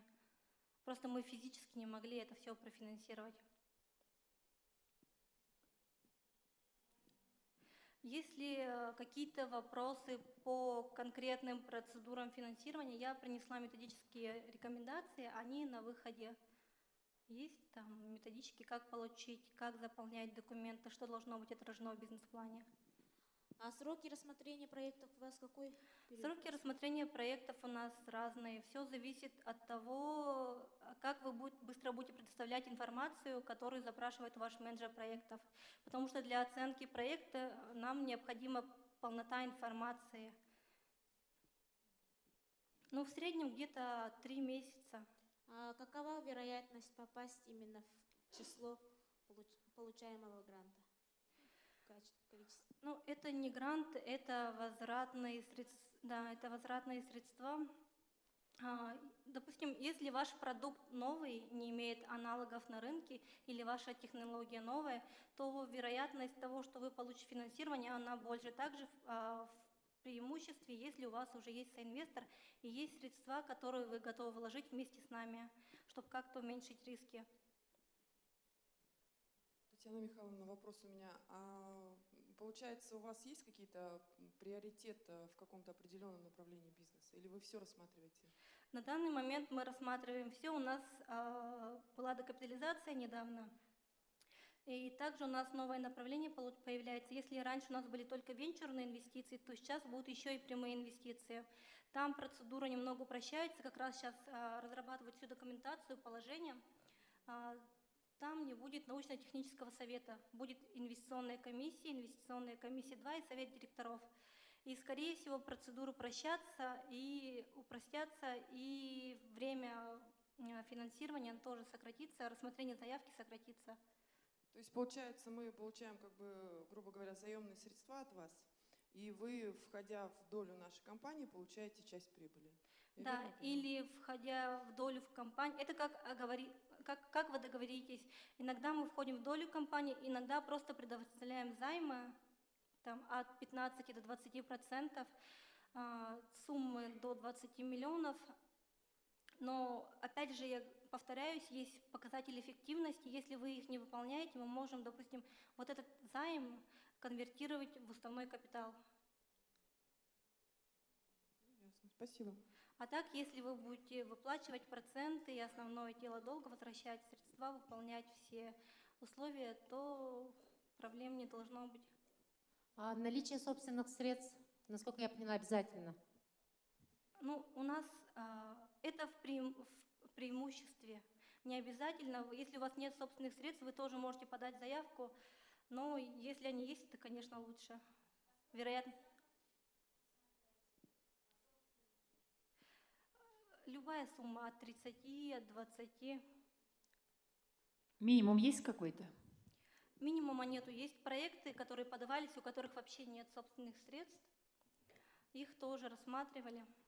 А требования к сроку ведения хозяйственной деятельности у вас есть?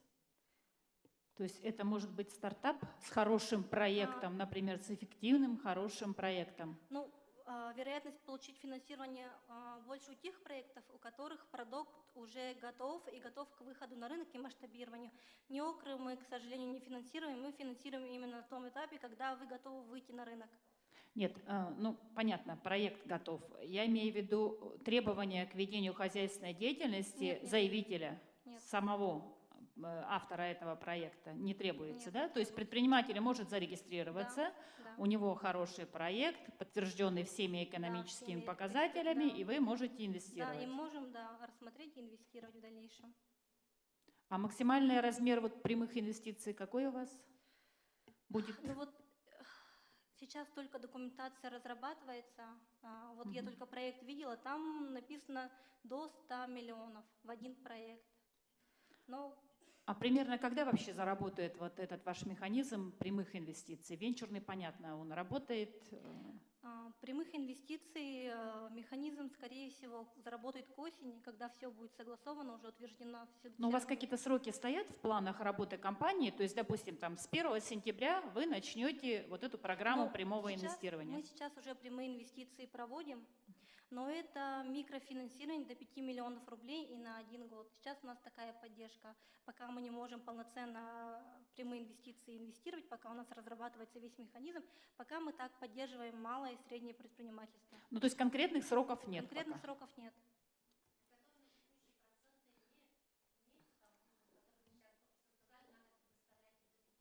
Да.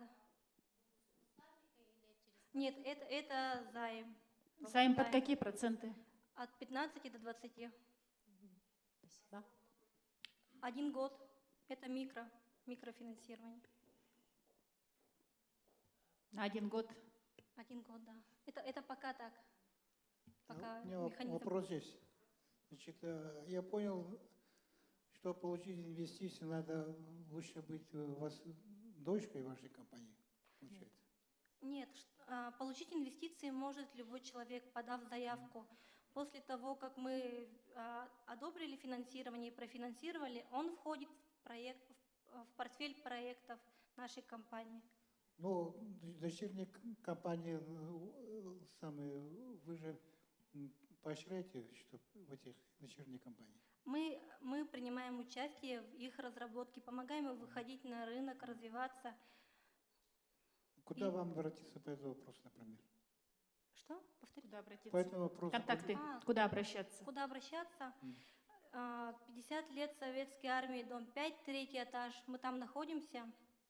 Там вас проконсультируют. 50 лет. Советской Армии, дом 5, 3 этаж. Это где мебельная фабрика? Да, есть, у нас есть сайт венчурной компании, там подробно описано в разделе инвестиций, спасибо. как получить, какие документы нужно подать, куда их привезти.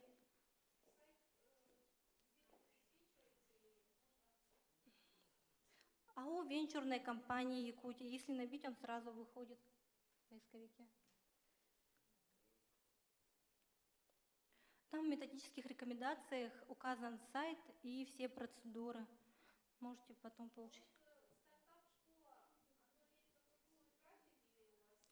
Стартап-школу, она была проведена совместно с Фондом развития интернет-инициатив в Москве и Технопарком. Они приезжали сюда, и мы для продвижения IT-предпринимательства провели вот 3-дневное мероприятие, которое было направлено на то, чтобы ребята поработали с экспертами, чтобы они дали какие-то свои рекомендации по развитию проектов.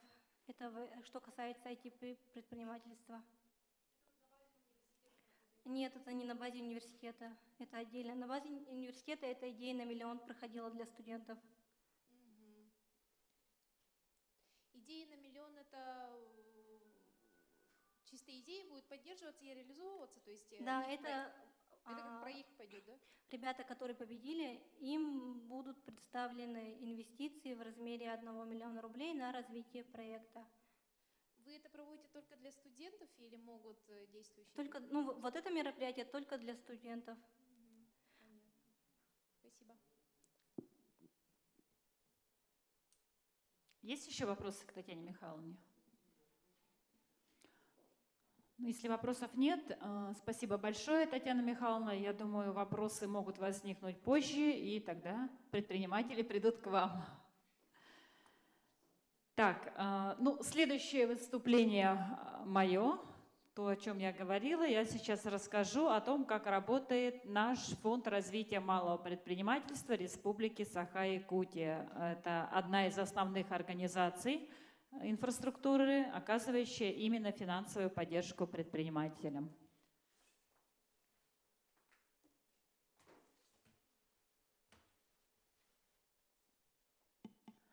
Фонд вообще в нашей республике работает с 1999 года, но активную работу мы начали с 2009 года. Мы являемся микрофинансовой организацией и гарантийным фондом. То есть мы работаем по принципу 2 в 1.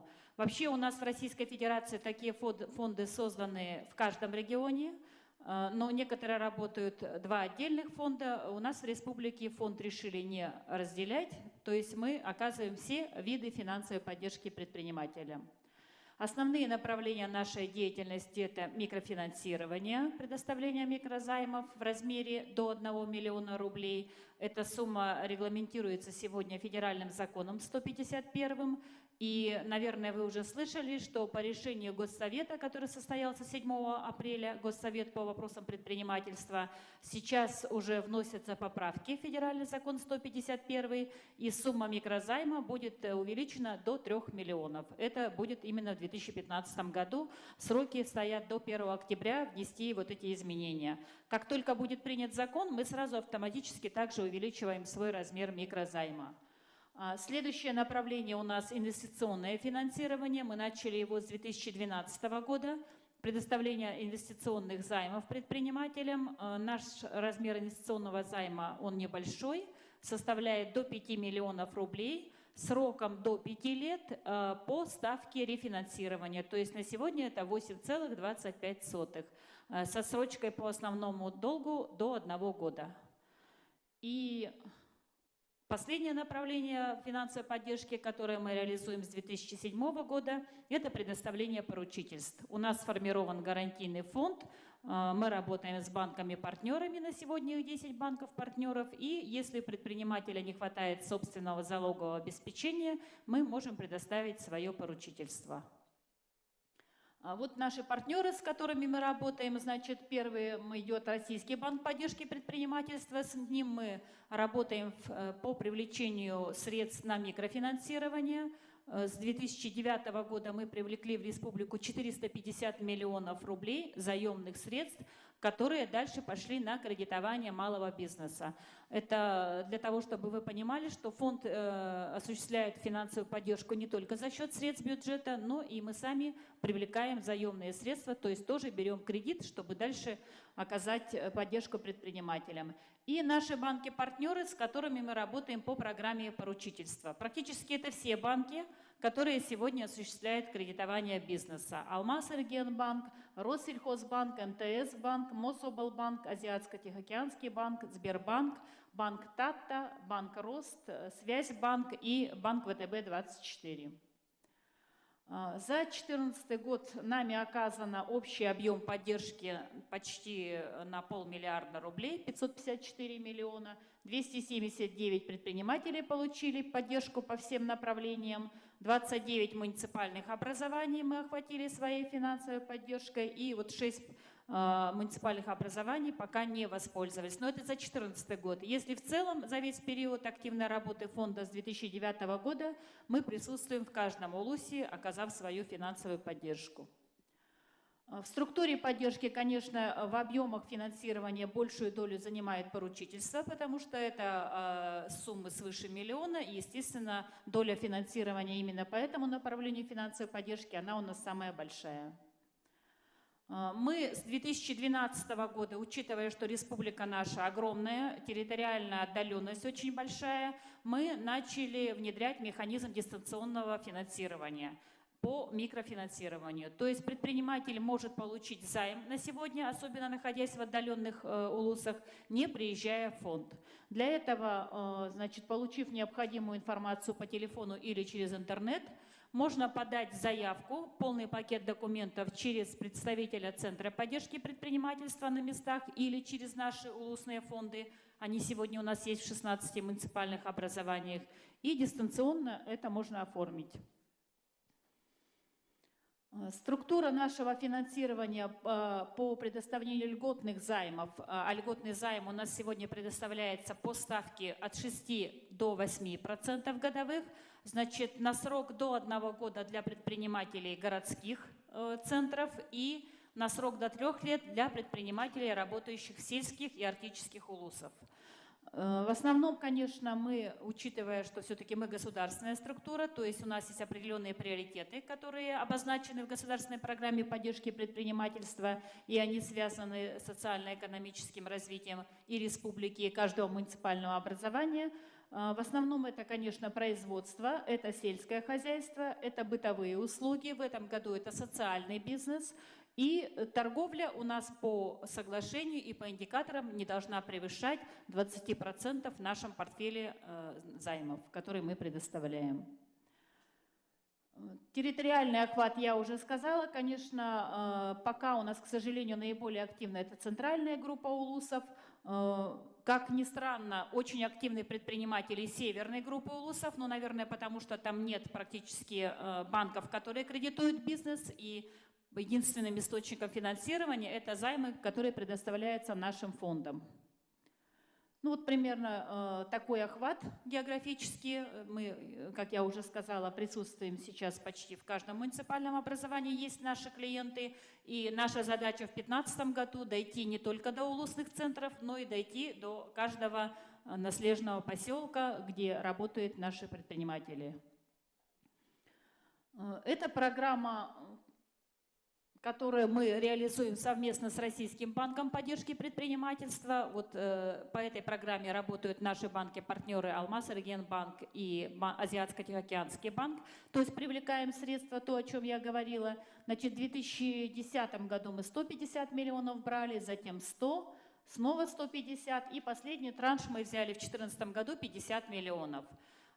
Чем вообще привлекательна эта программа МСП банка? Тогда, когда мы свои займы имели право выдавать только на 1 год, займы по программе МСП банка уже в 2010 году мы могли выдавать на 3 года. Отсрочка до 6 месяцев предоставлялась по оплате основного долга. И последний транш 50 миллионов мы взяли на 5 лет. То есть вот это займы предприниматели получили в фонде на 5 лет. Первые 2 транша на сегодня мы уже закрыли перед банком. 3-й транш у нас тоже завершается. И в работе у нас сейчас 4-й транш. Ну, я думаю, к концу 2015 года мы будем еще обращаться в банк и привлекать дополнительные средства. Ставка по программе МСП банка для предпринимателя, она, конечно, выше, чем по льготной программе финансирования. Значит, производство 16% годовых, услуги 17%, торговля 18%. Потому что мы эти средства привлекаем по ставке 10,75, плюс наши операционные затраты, и конечная ставка для предпринимателя получается от 16 до 18%. Но оплата идет дифференцированными платежами, то есть проценты начисляются на остаток долга. Эффективная ставка для предпринимателя выходит в пределах 12%. Вот для сравнения, значит, здесь у нас приведены показатели, которые вот в пользу льготного финансирования или в пользу финансирования по программе МСП Банк. По программе льготного финансирования те займы, которые выдавались только на 1 год, выплаты для предпринимателя составляли порядка 88 тысяч в месяц. Потому что это было на 1 год, и даже если ставка 6%, выплаты, нагрузка очень большая, особенно для начинающего предпринимателя. По программе МСП Банк выплаты получались порядка там, 41, 42, 43 тысячи в зависимости от вида деятельности. Поэтому, конечно, вот те займы, которые мы привлекли и заемные средства, предприниматели брали более активно, чем льготные займы. Их возвращать было легче. И у нас на самом деле уровень просрочки по льготным займам, к сожалению, он выше, чем по заемным средствам МСП банка. Хочу сразу здесь, говоря о микрофинансировании, хочу сразу ответить на те вопросы, которые возникали, когда выступали наши банки-партнеры. Чем отличается вообще финансирование нашего фонда от банковского финансирования, от банковского кредитования? Мы предоставляем займы всем, даже начинающим предпринимателям, и причем у нас есть даже индикаторы, где мы обязаны не менее 7% от общего объема предоставляемых займов предоставить начинающим предпринимателям. То есть вы можете зарегистрироваться и на другой день прийти уже в фонд, подать заявку на получение займа. Вообще сама программа и сама система микрофинансирования, она больше рассчитана на поддержку начинающих предпринимателей, на поддержку социально ориентированного бизнеса, именно для тех предпринимателей, которым недоступны по тем или иным причинам банковские кредиты.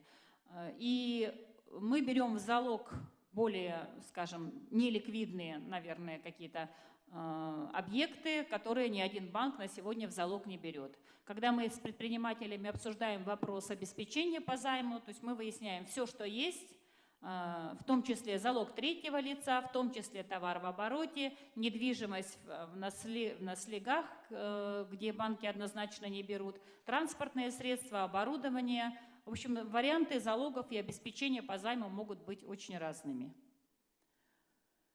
Следующее направление, про которое я уже говорила, это инвестиционные займы. В 2013-2014 году мы начали эту программу по собственной инициативе за счет собственных средств, поэтому объемы финансирования были не очень большие. За 2 года мы выдали 70 миллионов инвестиционных займов, вот до 5 миллионов.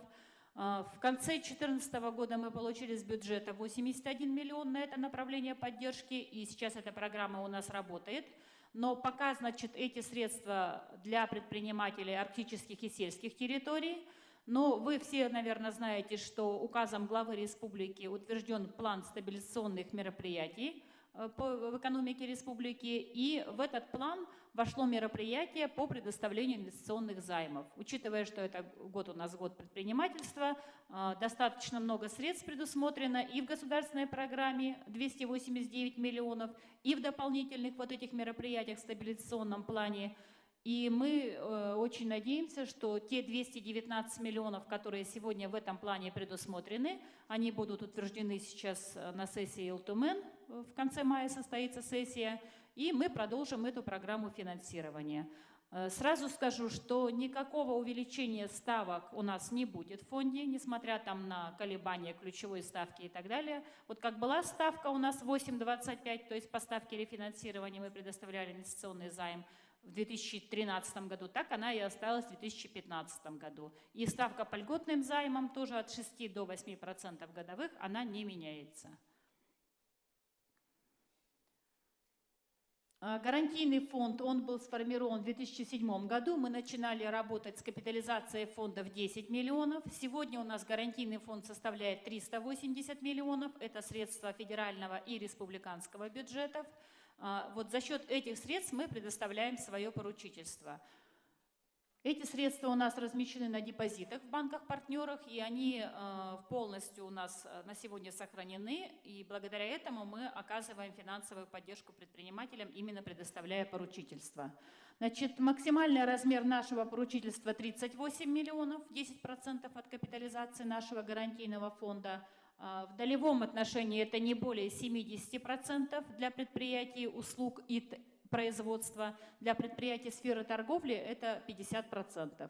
Значит, поручительство предоставляется на срок до 10 лет, но основные требования, они такие же, как ко всем получателям государственной поддержки, то есть это требования, обозначенные в федеральном законе 209. Основное, значит, предприниматель не должен заниматься производством реализацией подакцизных товаров. Такие предприниматели не попадают под условия господдержки. Предприниматель не должен иметь долгов по уплате в бюджет и в небюджетные фонды. И, в принципе, не иметь просроченной задолженности по оплате заработной платы и не иметь просроченной задолженности или нарушения ранее оказанных условий господдержки за последние 3 месяца. Срок оформления нашего поручительства он достаточно быстрый. Мы в течение буквально 1, максимум 3 дней принимаем решение по предоставлению поручительства.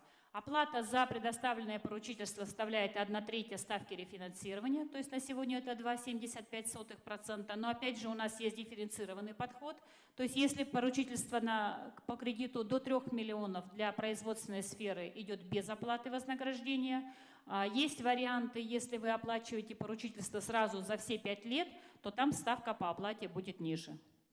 Удорожания большого по кредитам нет, потому что у нас с банками-партнерами в соглашениях прописано, что если кредит предоставляется под поручительство фонда, то предусмотрено снижение ставки по кредитам на 1-2 процентных пункта.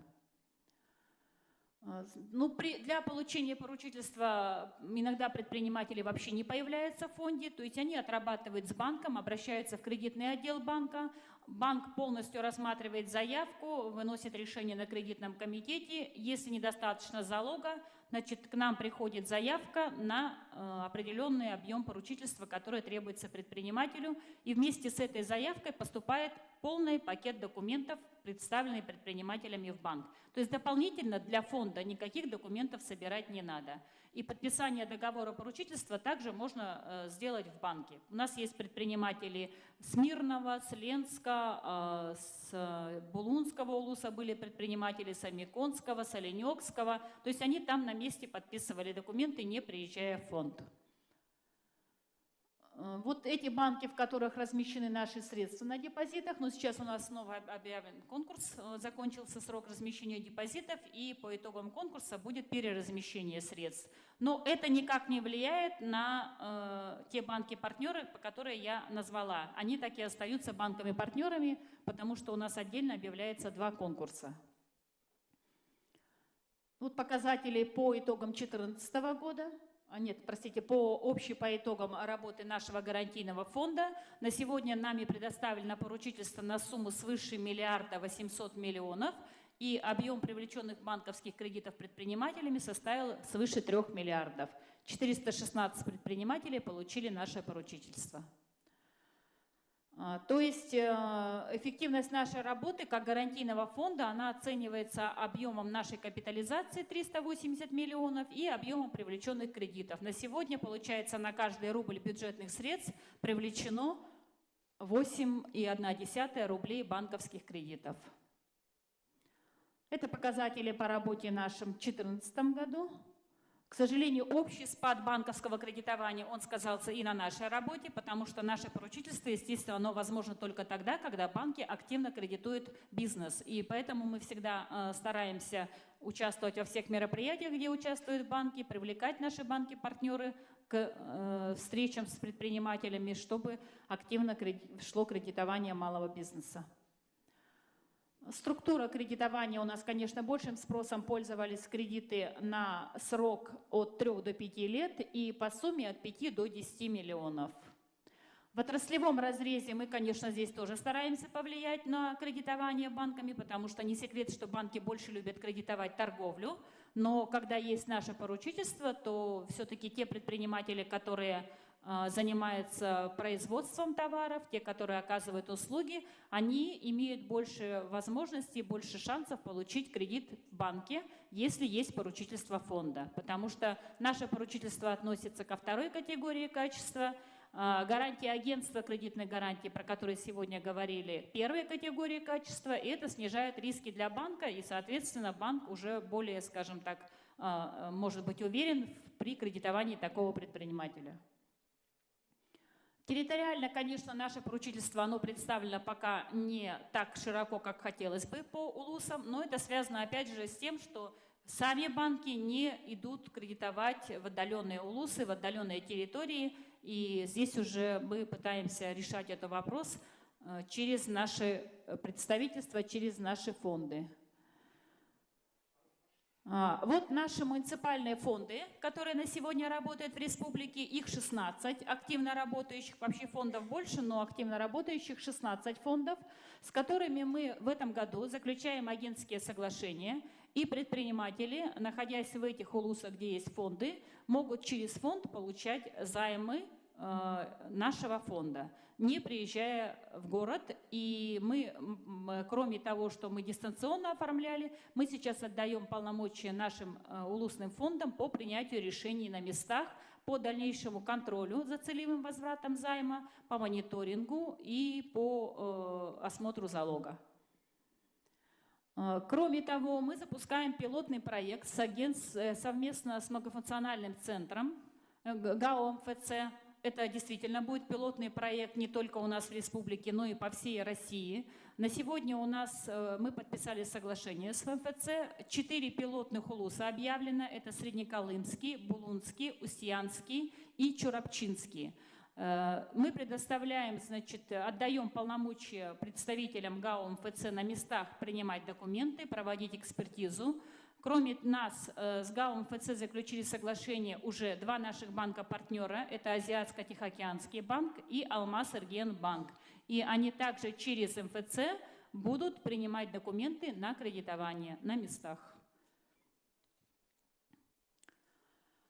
На этом мое выступление закончено. Если есть вопросы, я с удовольствием отвечу. Значит, контакты Орджоникидзе 20, 321 кабинет. Мы здесь недалеко находимся. Телефон 34 26 33. Также у нас есть сайт. Можете набрать в поисковике fondsaha.ru. fondsaha.ru. Там есть вся информация по всем нашим механизмам, которые на сегодня действуют. Электронная почта постоянно работает. То есть мы стараемся, в общем, оперативно реагировать на все запросы, на все вопросы предпринимателей. Так что, пожалуйста, обращайтесь. Вопрос? Татьяна Георгиевна, вот хотела услышать, да, процедуру именно выдачи инвестзайма. Вот венчурная компания сказала, что у них 5 комиссий. Вот у вас вот заявка пришла. Что дальше с заявкой? Значит, у нас процедура такая по выдаче инвестзаймов. Заявки мы принимаем в фонде, экспертизу заявки, экспертизу проекта проводят специалисты фонда. Кроме того, мы запрашиваем от предпринимателя дополнительную экспертизу либо в агентстве инвестиционного развития они должны получить, могут по выбору получить в торгово-промышленной палате. То есть мы их не ограничиваем, но кроме нашей экспертизы мы требуем все-таки экспертизу, это прописано у нас в порядках, организации, которая уполномочена это делать, которая имеет, значит, на это, скажем, прописано там. начале вашей Нет, экспертизы? при потом? подаче документов они параллельно сразу нам должны представить экспертизу какой-либо уполномоченной организации. Понятно, спасибо. Но мы не отказываем в приеме документов, если нет вашей экспертизы дополнительной, но она должна быть. Для того, чтобы вынести на конкурсную комиссию, мы сейчас, вот это по решению конкурсной комиссии у нас внедрено такое положение, значит, мы должны будем запросить обязательно эту экспертизу. Понятно. Конкурсная комиссия у вас один. Конкурсная комиссия у нас работает при Министерстве по делам предпринимательства, возглавляет ее министр по делам предпринимательства Екатерина Ивановна Кормилицына. В состав комиссии входят представители органов исполнительной власти и общественности, естественно, общественных организаций предпринимателей, в том числе и венчурные компании, агентства инвестиционного развития, то есть всех финансовых институтов, которые занимаются на сегодня вопросами инвестиций и финансирования бизнеса. Предприниматель на комиссии защищает свой проект, если есть возможность, если нет, либо доверенное лицо может прийти, либо, в принципе, может специалист фонда представить его проект. Обычно с момента подачи заявки до момента рассмотрения на комиссии проходит месяц. То есть в течение 30 дней мы должны проект подготовить, провести экспертизу, провести оценку залога, посмотреть это все, оценить и вынести на комиссию. И как часто эта комиссия проводится? Комиссия раз в месяц у нас заседает. Спасибо. Уже 2 комиссии было, и, в принципе, в общем, 81 миллион, который у нас был, на сегодня практически распределен, осталось 15 миллионов к распределению. Спасибо.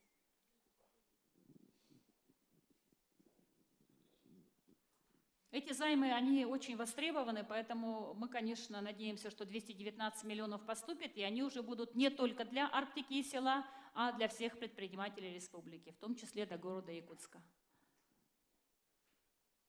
Вообще это наше, скажем так, ноу-хау. Мы, по-моему, единственный фонд пока на сегодня по России, который внедрил вот это инвестиционное финансирование. Но вот, учитывая, что сложность получения кредитов в банках, ставки высокие, мы пошли вот на такое, скажем, новшество в своей работе и начали такую программу. Добрый день. У меня скорее не вопрос, да, пожелание. Вот я на сайт ваш заходил, интересовался, но очень многие документы у вас запакованы в какие-то архиваторы, и очень трудно прочесть тот или иной документ, положения какие-то. Может быть, у вас как-то исправится ситуация? Пожелания принимаю, потому что я сама очень много езжу по улусам, и вот там это вообще невозможно открыть. Когда это все вот так упаковано, да, мы исправим. Тем более Спасибо. с планшетов люди заходят, они просто... Да. Спасибо.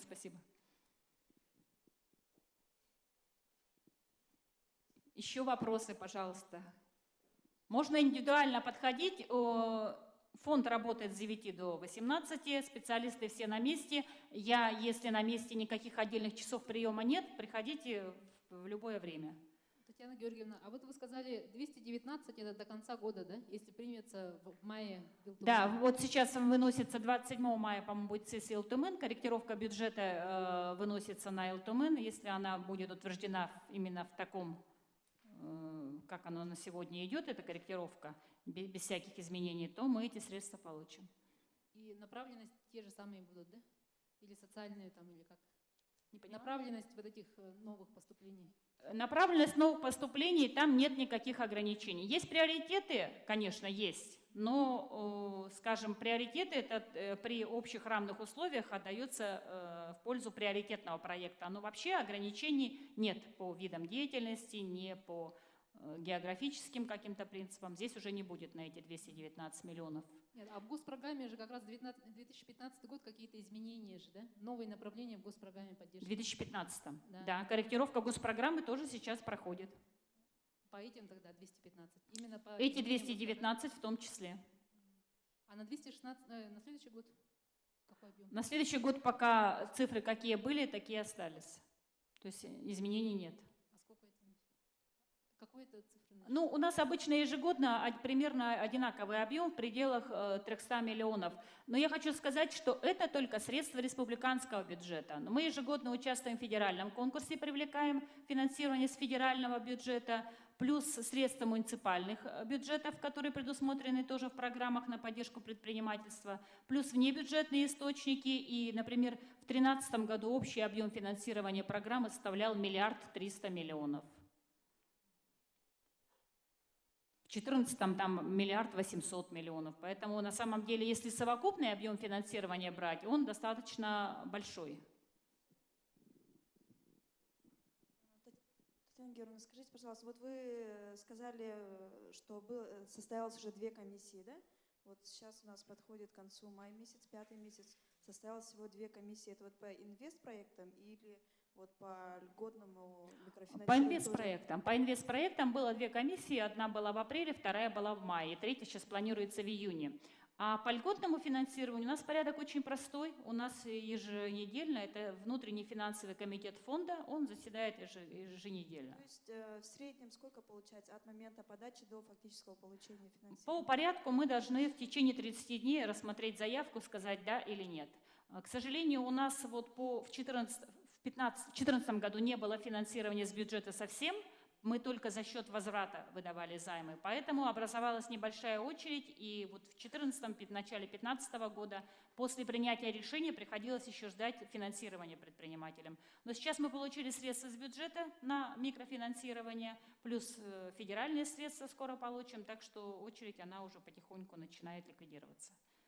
И еще такой вопрос. Вот сейчас, конечно, достаточно сложный период для предпринимателей. Конец 2014 года и вот 2015 год. Да? Вот какие послабления или что в связи с кризисом есть для предпринимателей, которые вот испытывают финансовые трудности с выплатами, например, вот вашему фонду? Какие-то реструктуризация долга или что-нибудь такое? Мы вообще постоянно идем навстречу предпринимателям. К сожалению, у нас из-за этого, скажем, и пошли задержки по дальнейшему финансированию, потому что, не получая средства с бюджета, мы должны за счет возврата выдать новые займы. Учитывая кризис, вот этот возврат по выданным займам, он ухудшился. Мы, конечно, идем навстречу, то есть у нас есть реструктуризация, есть пролонгация. Те займы, которые выдавались на 1 год, они пролонгируются потом на 6 месяцев и еще на 6 месяцев. Все-таки мы не банк, и мы стараемся учитывать все трудности, которые испытывает бизнес. Ожидаем, знаем, что будут какие-то субсидии, потом все равно это загасится. Но есть и те, которые этим пользуются, к сожалению. Спасибо.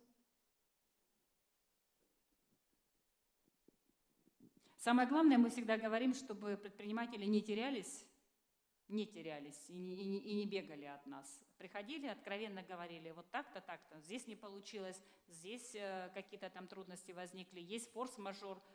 Мы всегда учтем все это.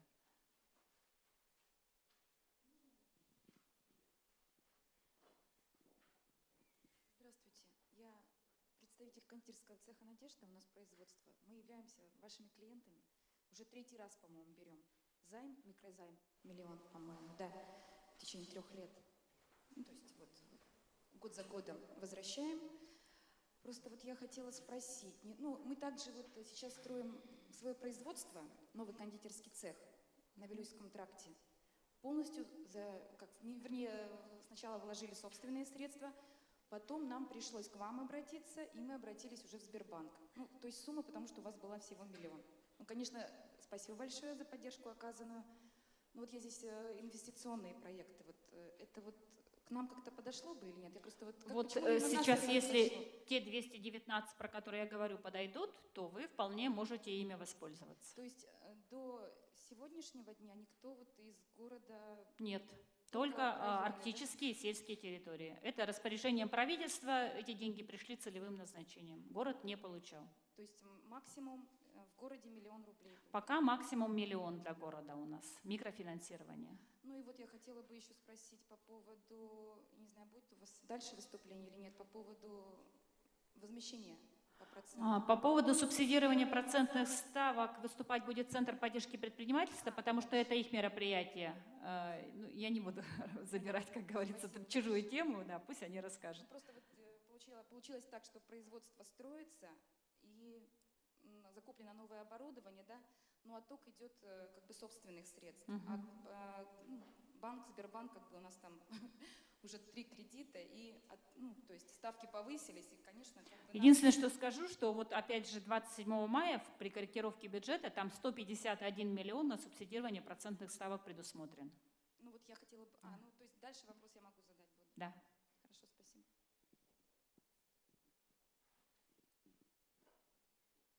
Есть вопросы еще?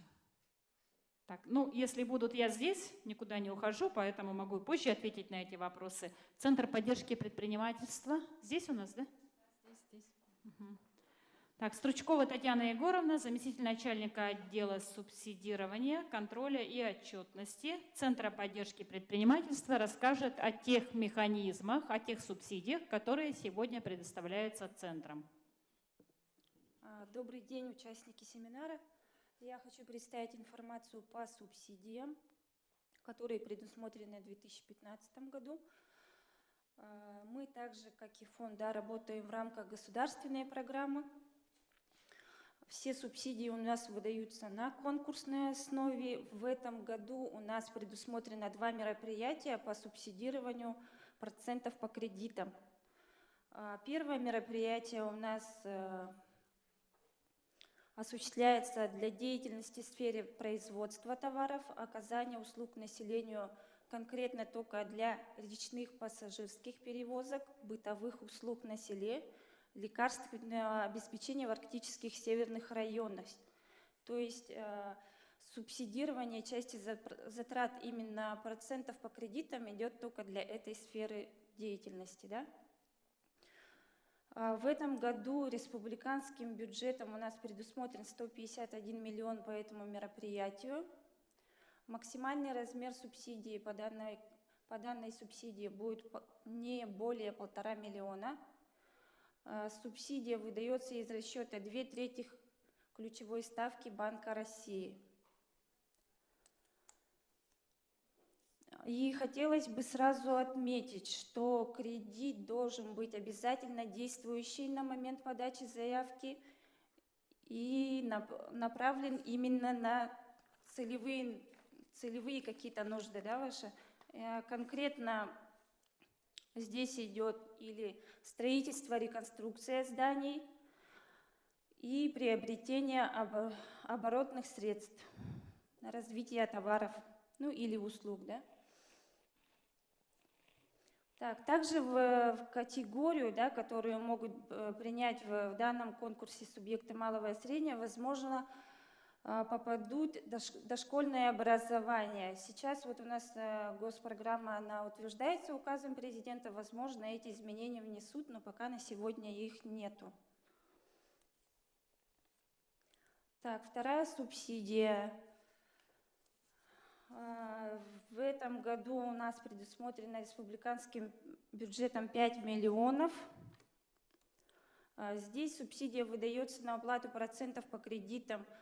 В основном здесь все сферы деятельности, да, будут. Это будет и производство товаров, и предоставление услуг, и предоставление работ.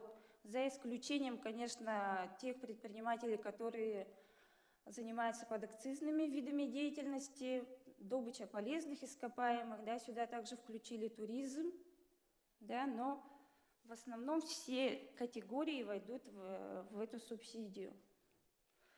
Обязательное требование по кредитным договорам.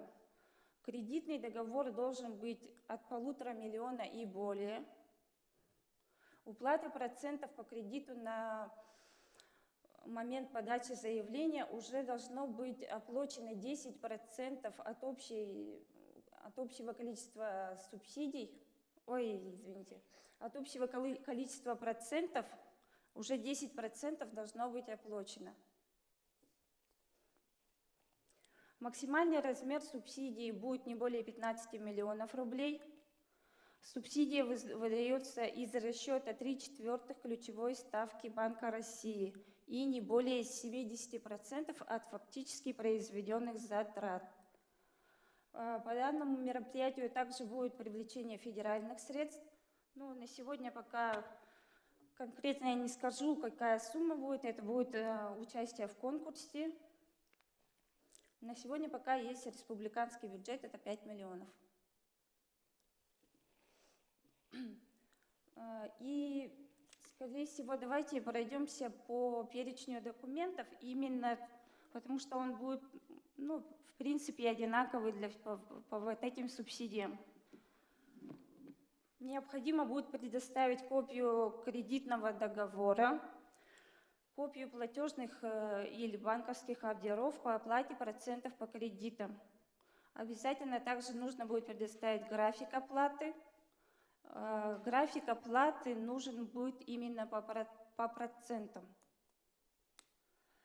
И хотелось бы еще сказать, упустила такой момент, да, все кредитные договоры должны быть подтверждены документально договорами. То есть, если вы взяли кредит, допустим, 2 миллиона, да, купили оборудование, вы должны предоставить документы, подтверждающие приобретение этого оборудования. Да? Или если у вас было строительство и реконструкция, да, также это получается копия договора подряда, да, акты выполненных работ к этому договору. Сумму, которую вы получили в банке, вы должны ее подтвердить документально, то есть договорами обязательно. В этом случае только будет приниматься ваш кредитный договор. Поэтому, ну, как я сказала, он целевой, обязательно нужно будет его подтвердить.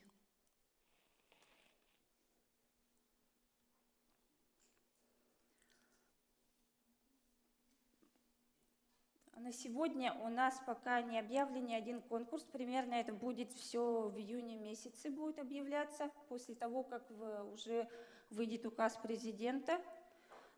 За информацией можно будет обращаться или в Центр поддержки предпринимательства. Мы находимся на Ярославского, 3. Также можно следить на сайте b14.ru или на официальном сайте Министерства предпринимательства, где мы также все объявляем конкурсы. Можете к нам обращаться напрямую в отдел субсидий по телефону 40 20 27. Также есть в Центре поддержки предпринимательства горячая линия. Звонок бесплатный, телефон 8 800 100 58 80. Ну, по всем этим номерам или на сайте нужно следить за информацией, когда объявится конкурс, чтобы не опоздать. Вот, если есть какие-то вопросы, я готова сейчас ответить.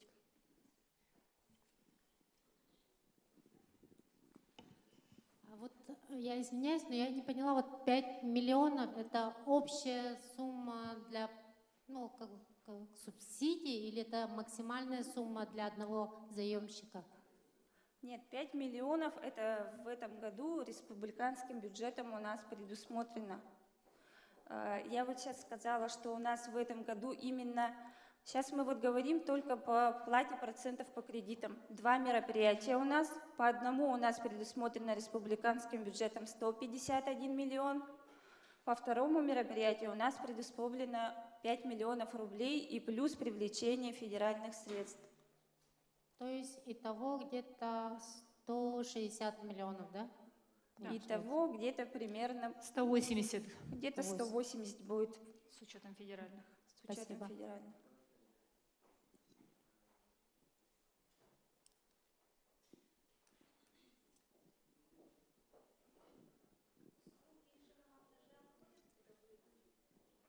Услуги, да, входит.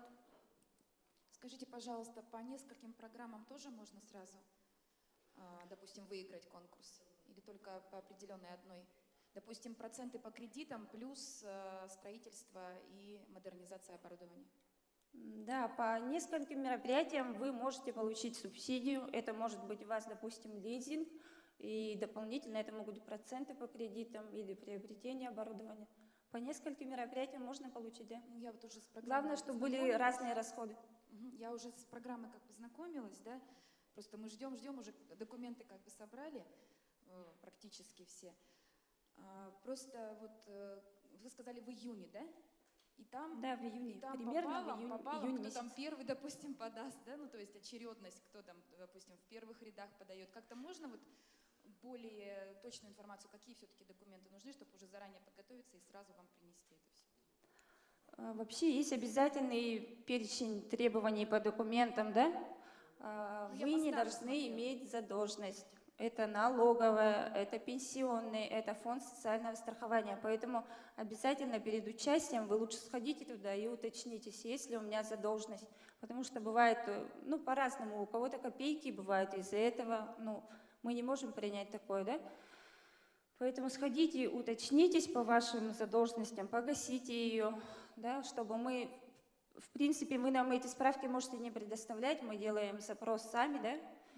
Вот, выписку закажите, ну, этого года, свежую, да, посмотрите, чтобы у вас не было там каких-то подакцизных видов деятельности, возможно, табак, алкоголь, исключайте, если вы этим не занимаетесь. А срок вот этих документов, документы, я вот просто повторюсь, я уже собраны.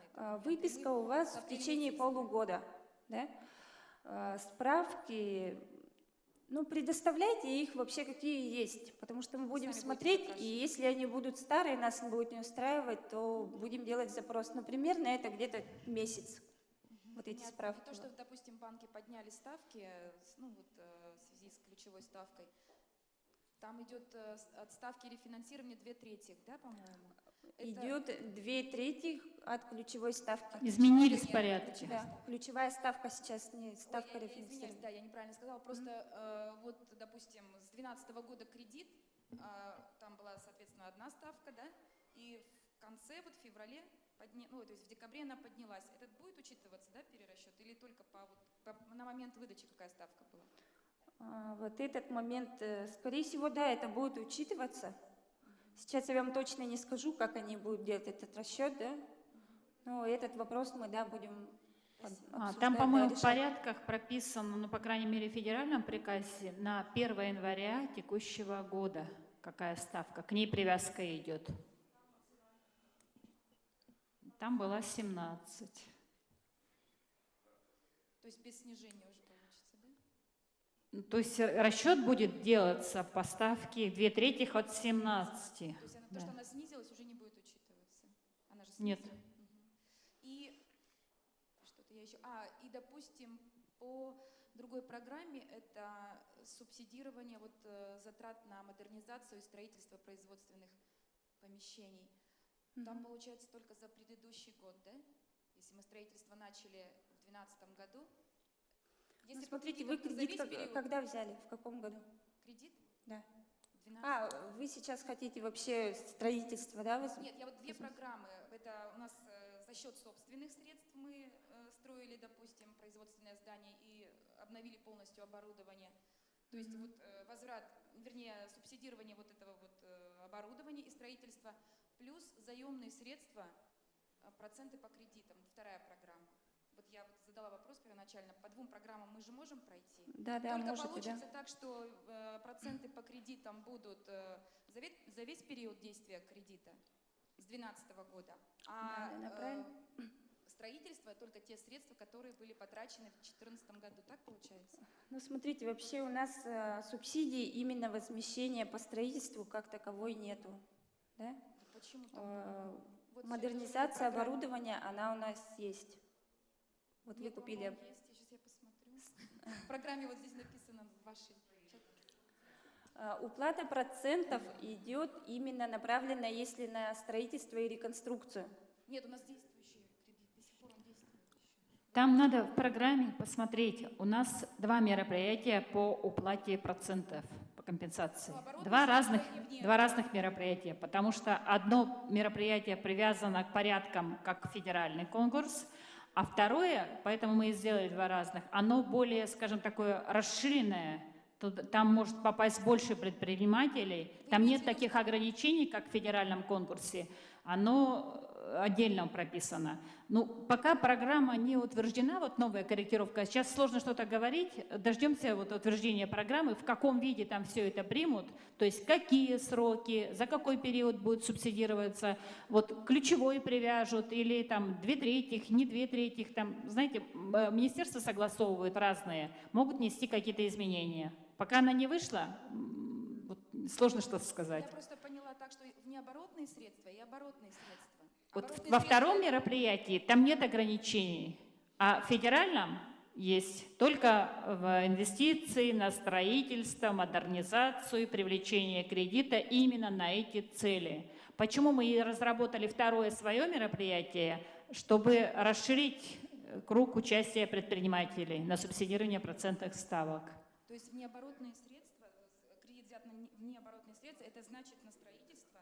Внеоборотные, да, это основные. Но второе мероприятие, там и оборотка. Понятно, спасибо. И в течение какого времени будут рассматриваться документы?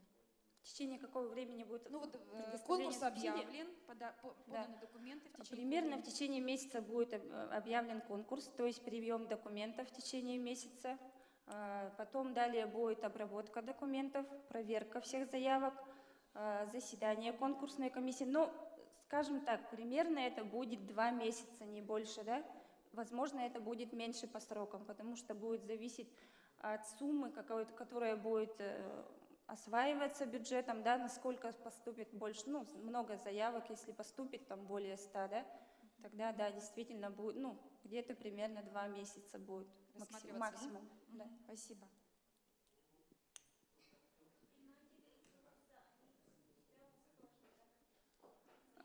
Они могут или к нашим представителям в УЛУСе обратиться, или могут напрямую к нам. Или могут, вот то, что я сказала, многофункциональный центр, вот эти 4 пилотных УЛУСа, они по всем направлениям господдержки будут работать. То есть можно подавать на любое мероприятие, которое предусмотрено в программе.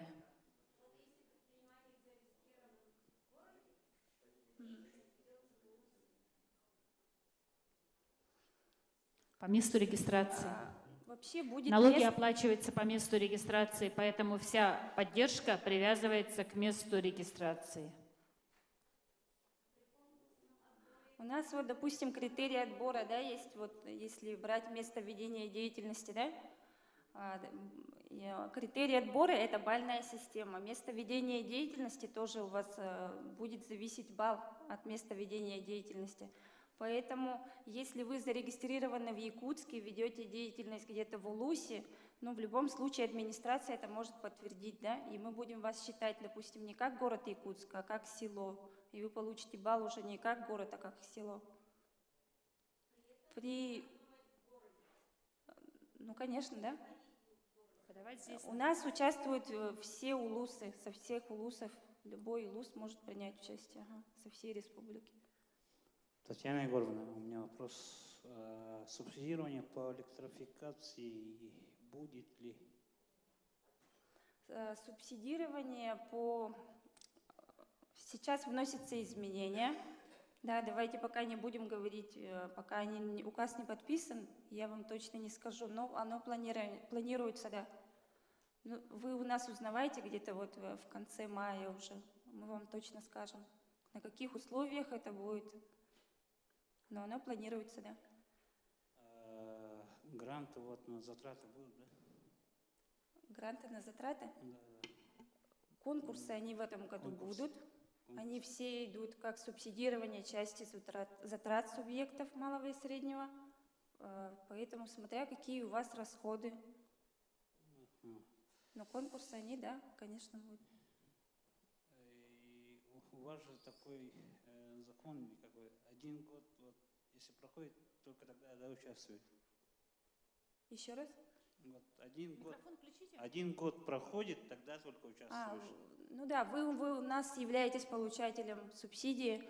У вас должен с момента получения субсидии пройти ровно год, чтобы вы могли принять участие уже по тому же мероприятию. Допустим, вы в прошлом году у нас как туризм, да, получили.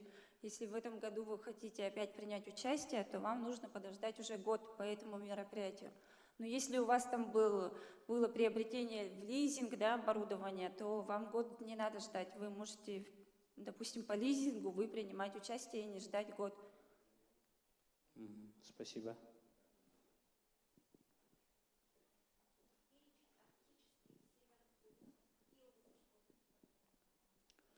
Перечень 13 УЛУСов.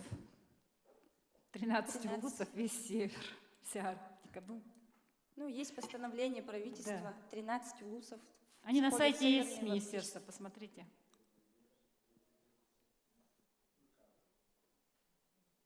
Еще вопросы есть?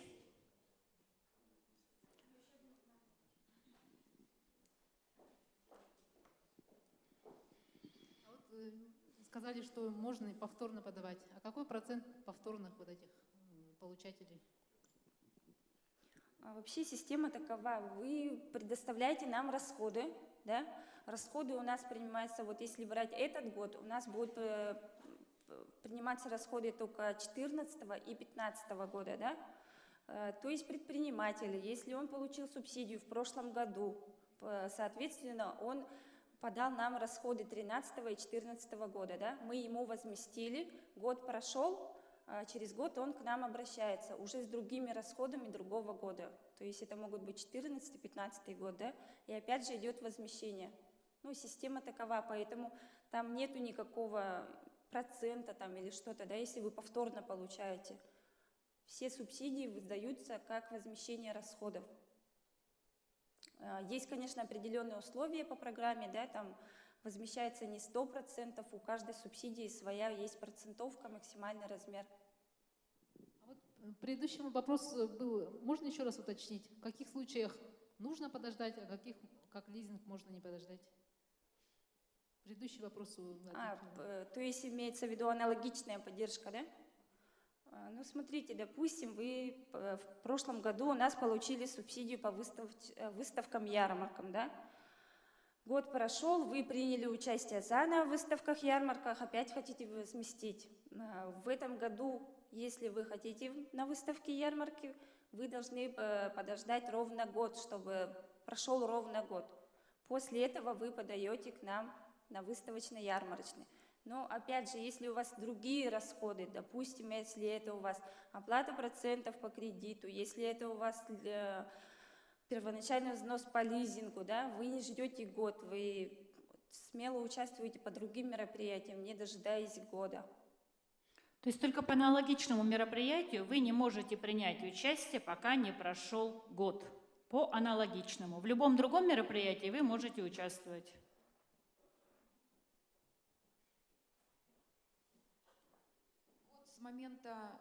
С момента получения. Получения субсидий. Ну вот у меня еще такой маленький вопрос. Скорее всего, он с юридической стороны. Допустим, индивидуальный предприниматель, он же и есть физическое лицо. Допустим, договора, подтверждающие расходы, если заключены с физическим лицом на ту же покупку оборудования. Именно индивидуальный предприниматель должен быть. Там должно быть именно вот так стоять, да?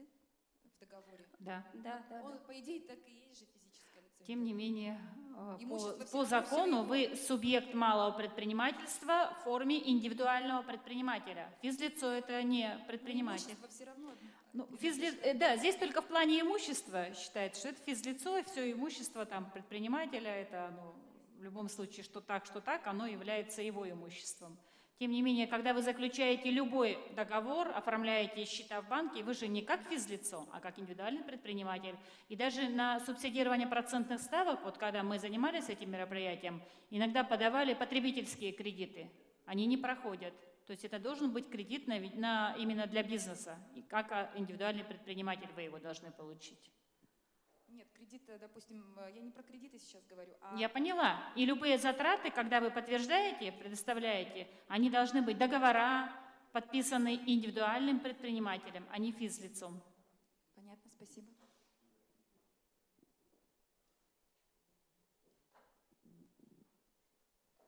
Есть еще вопросы?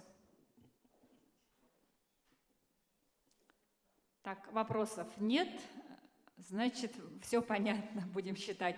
Я хочу поблагодарить и всех участников нашего мероприятия сегодня, и как лекторов, так и, конечно же, самых основных участников, ради которых мы сегодня здесь собрались, наших предпринимателей. Еще раз всех с наступающим праздником. Хочу пожелать вам успехов, удачи, процветания вашего бизнеса, терпения вам, настойчивости и успешной реализации всех ваших планов. Ждем вас, приходите, мы всегда открыты, готовы помочь, поддержать, оказать поддержку. Спасибо.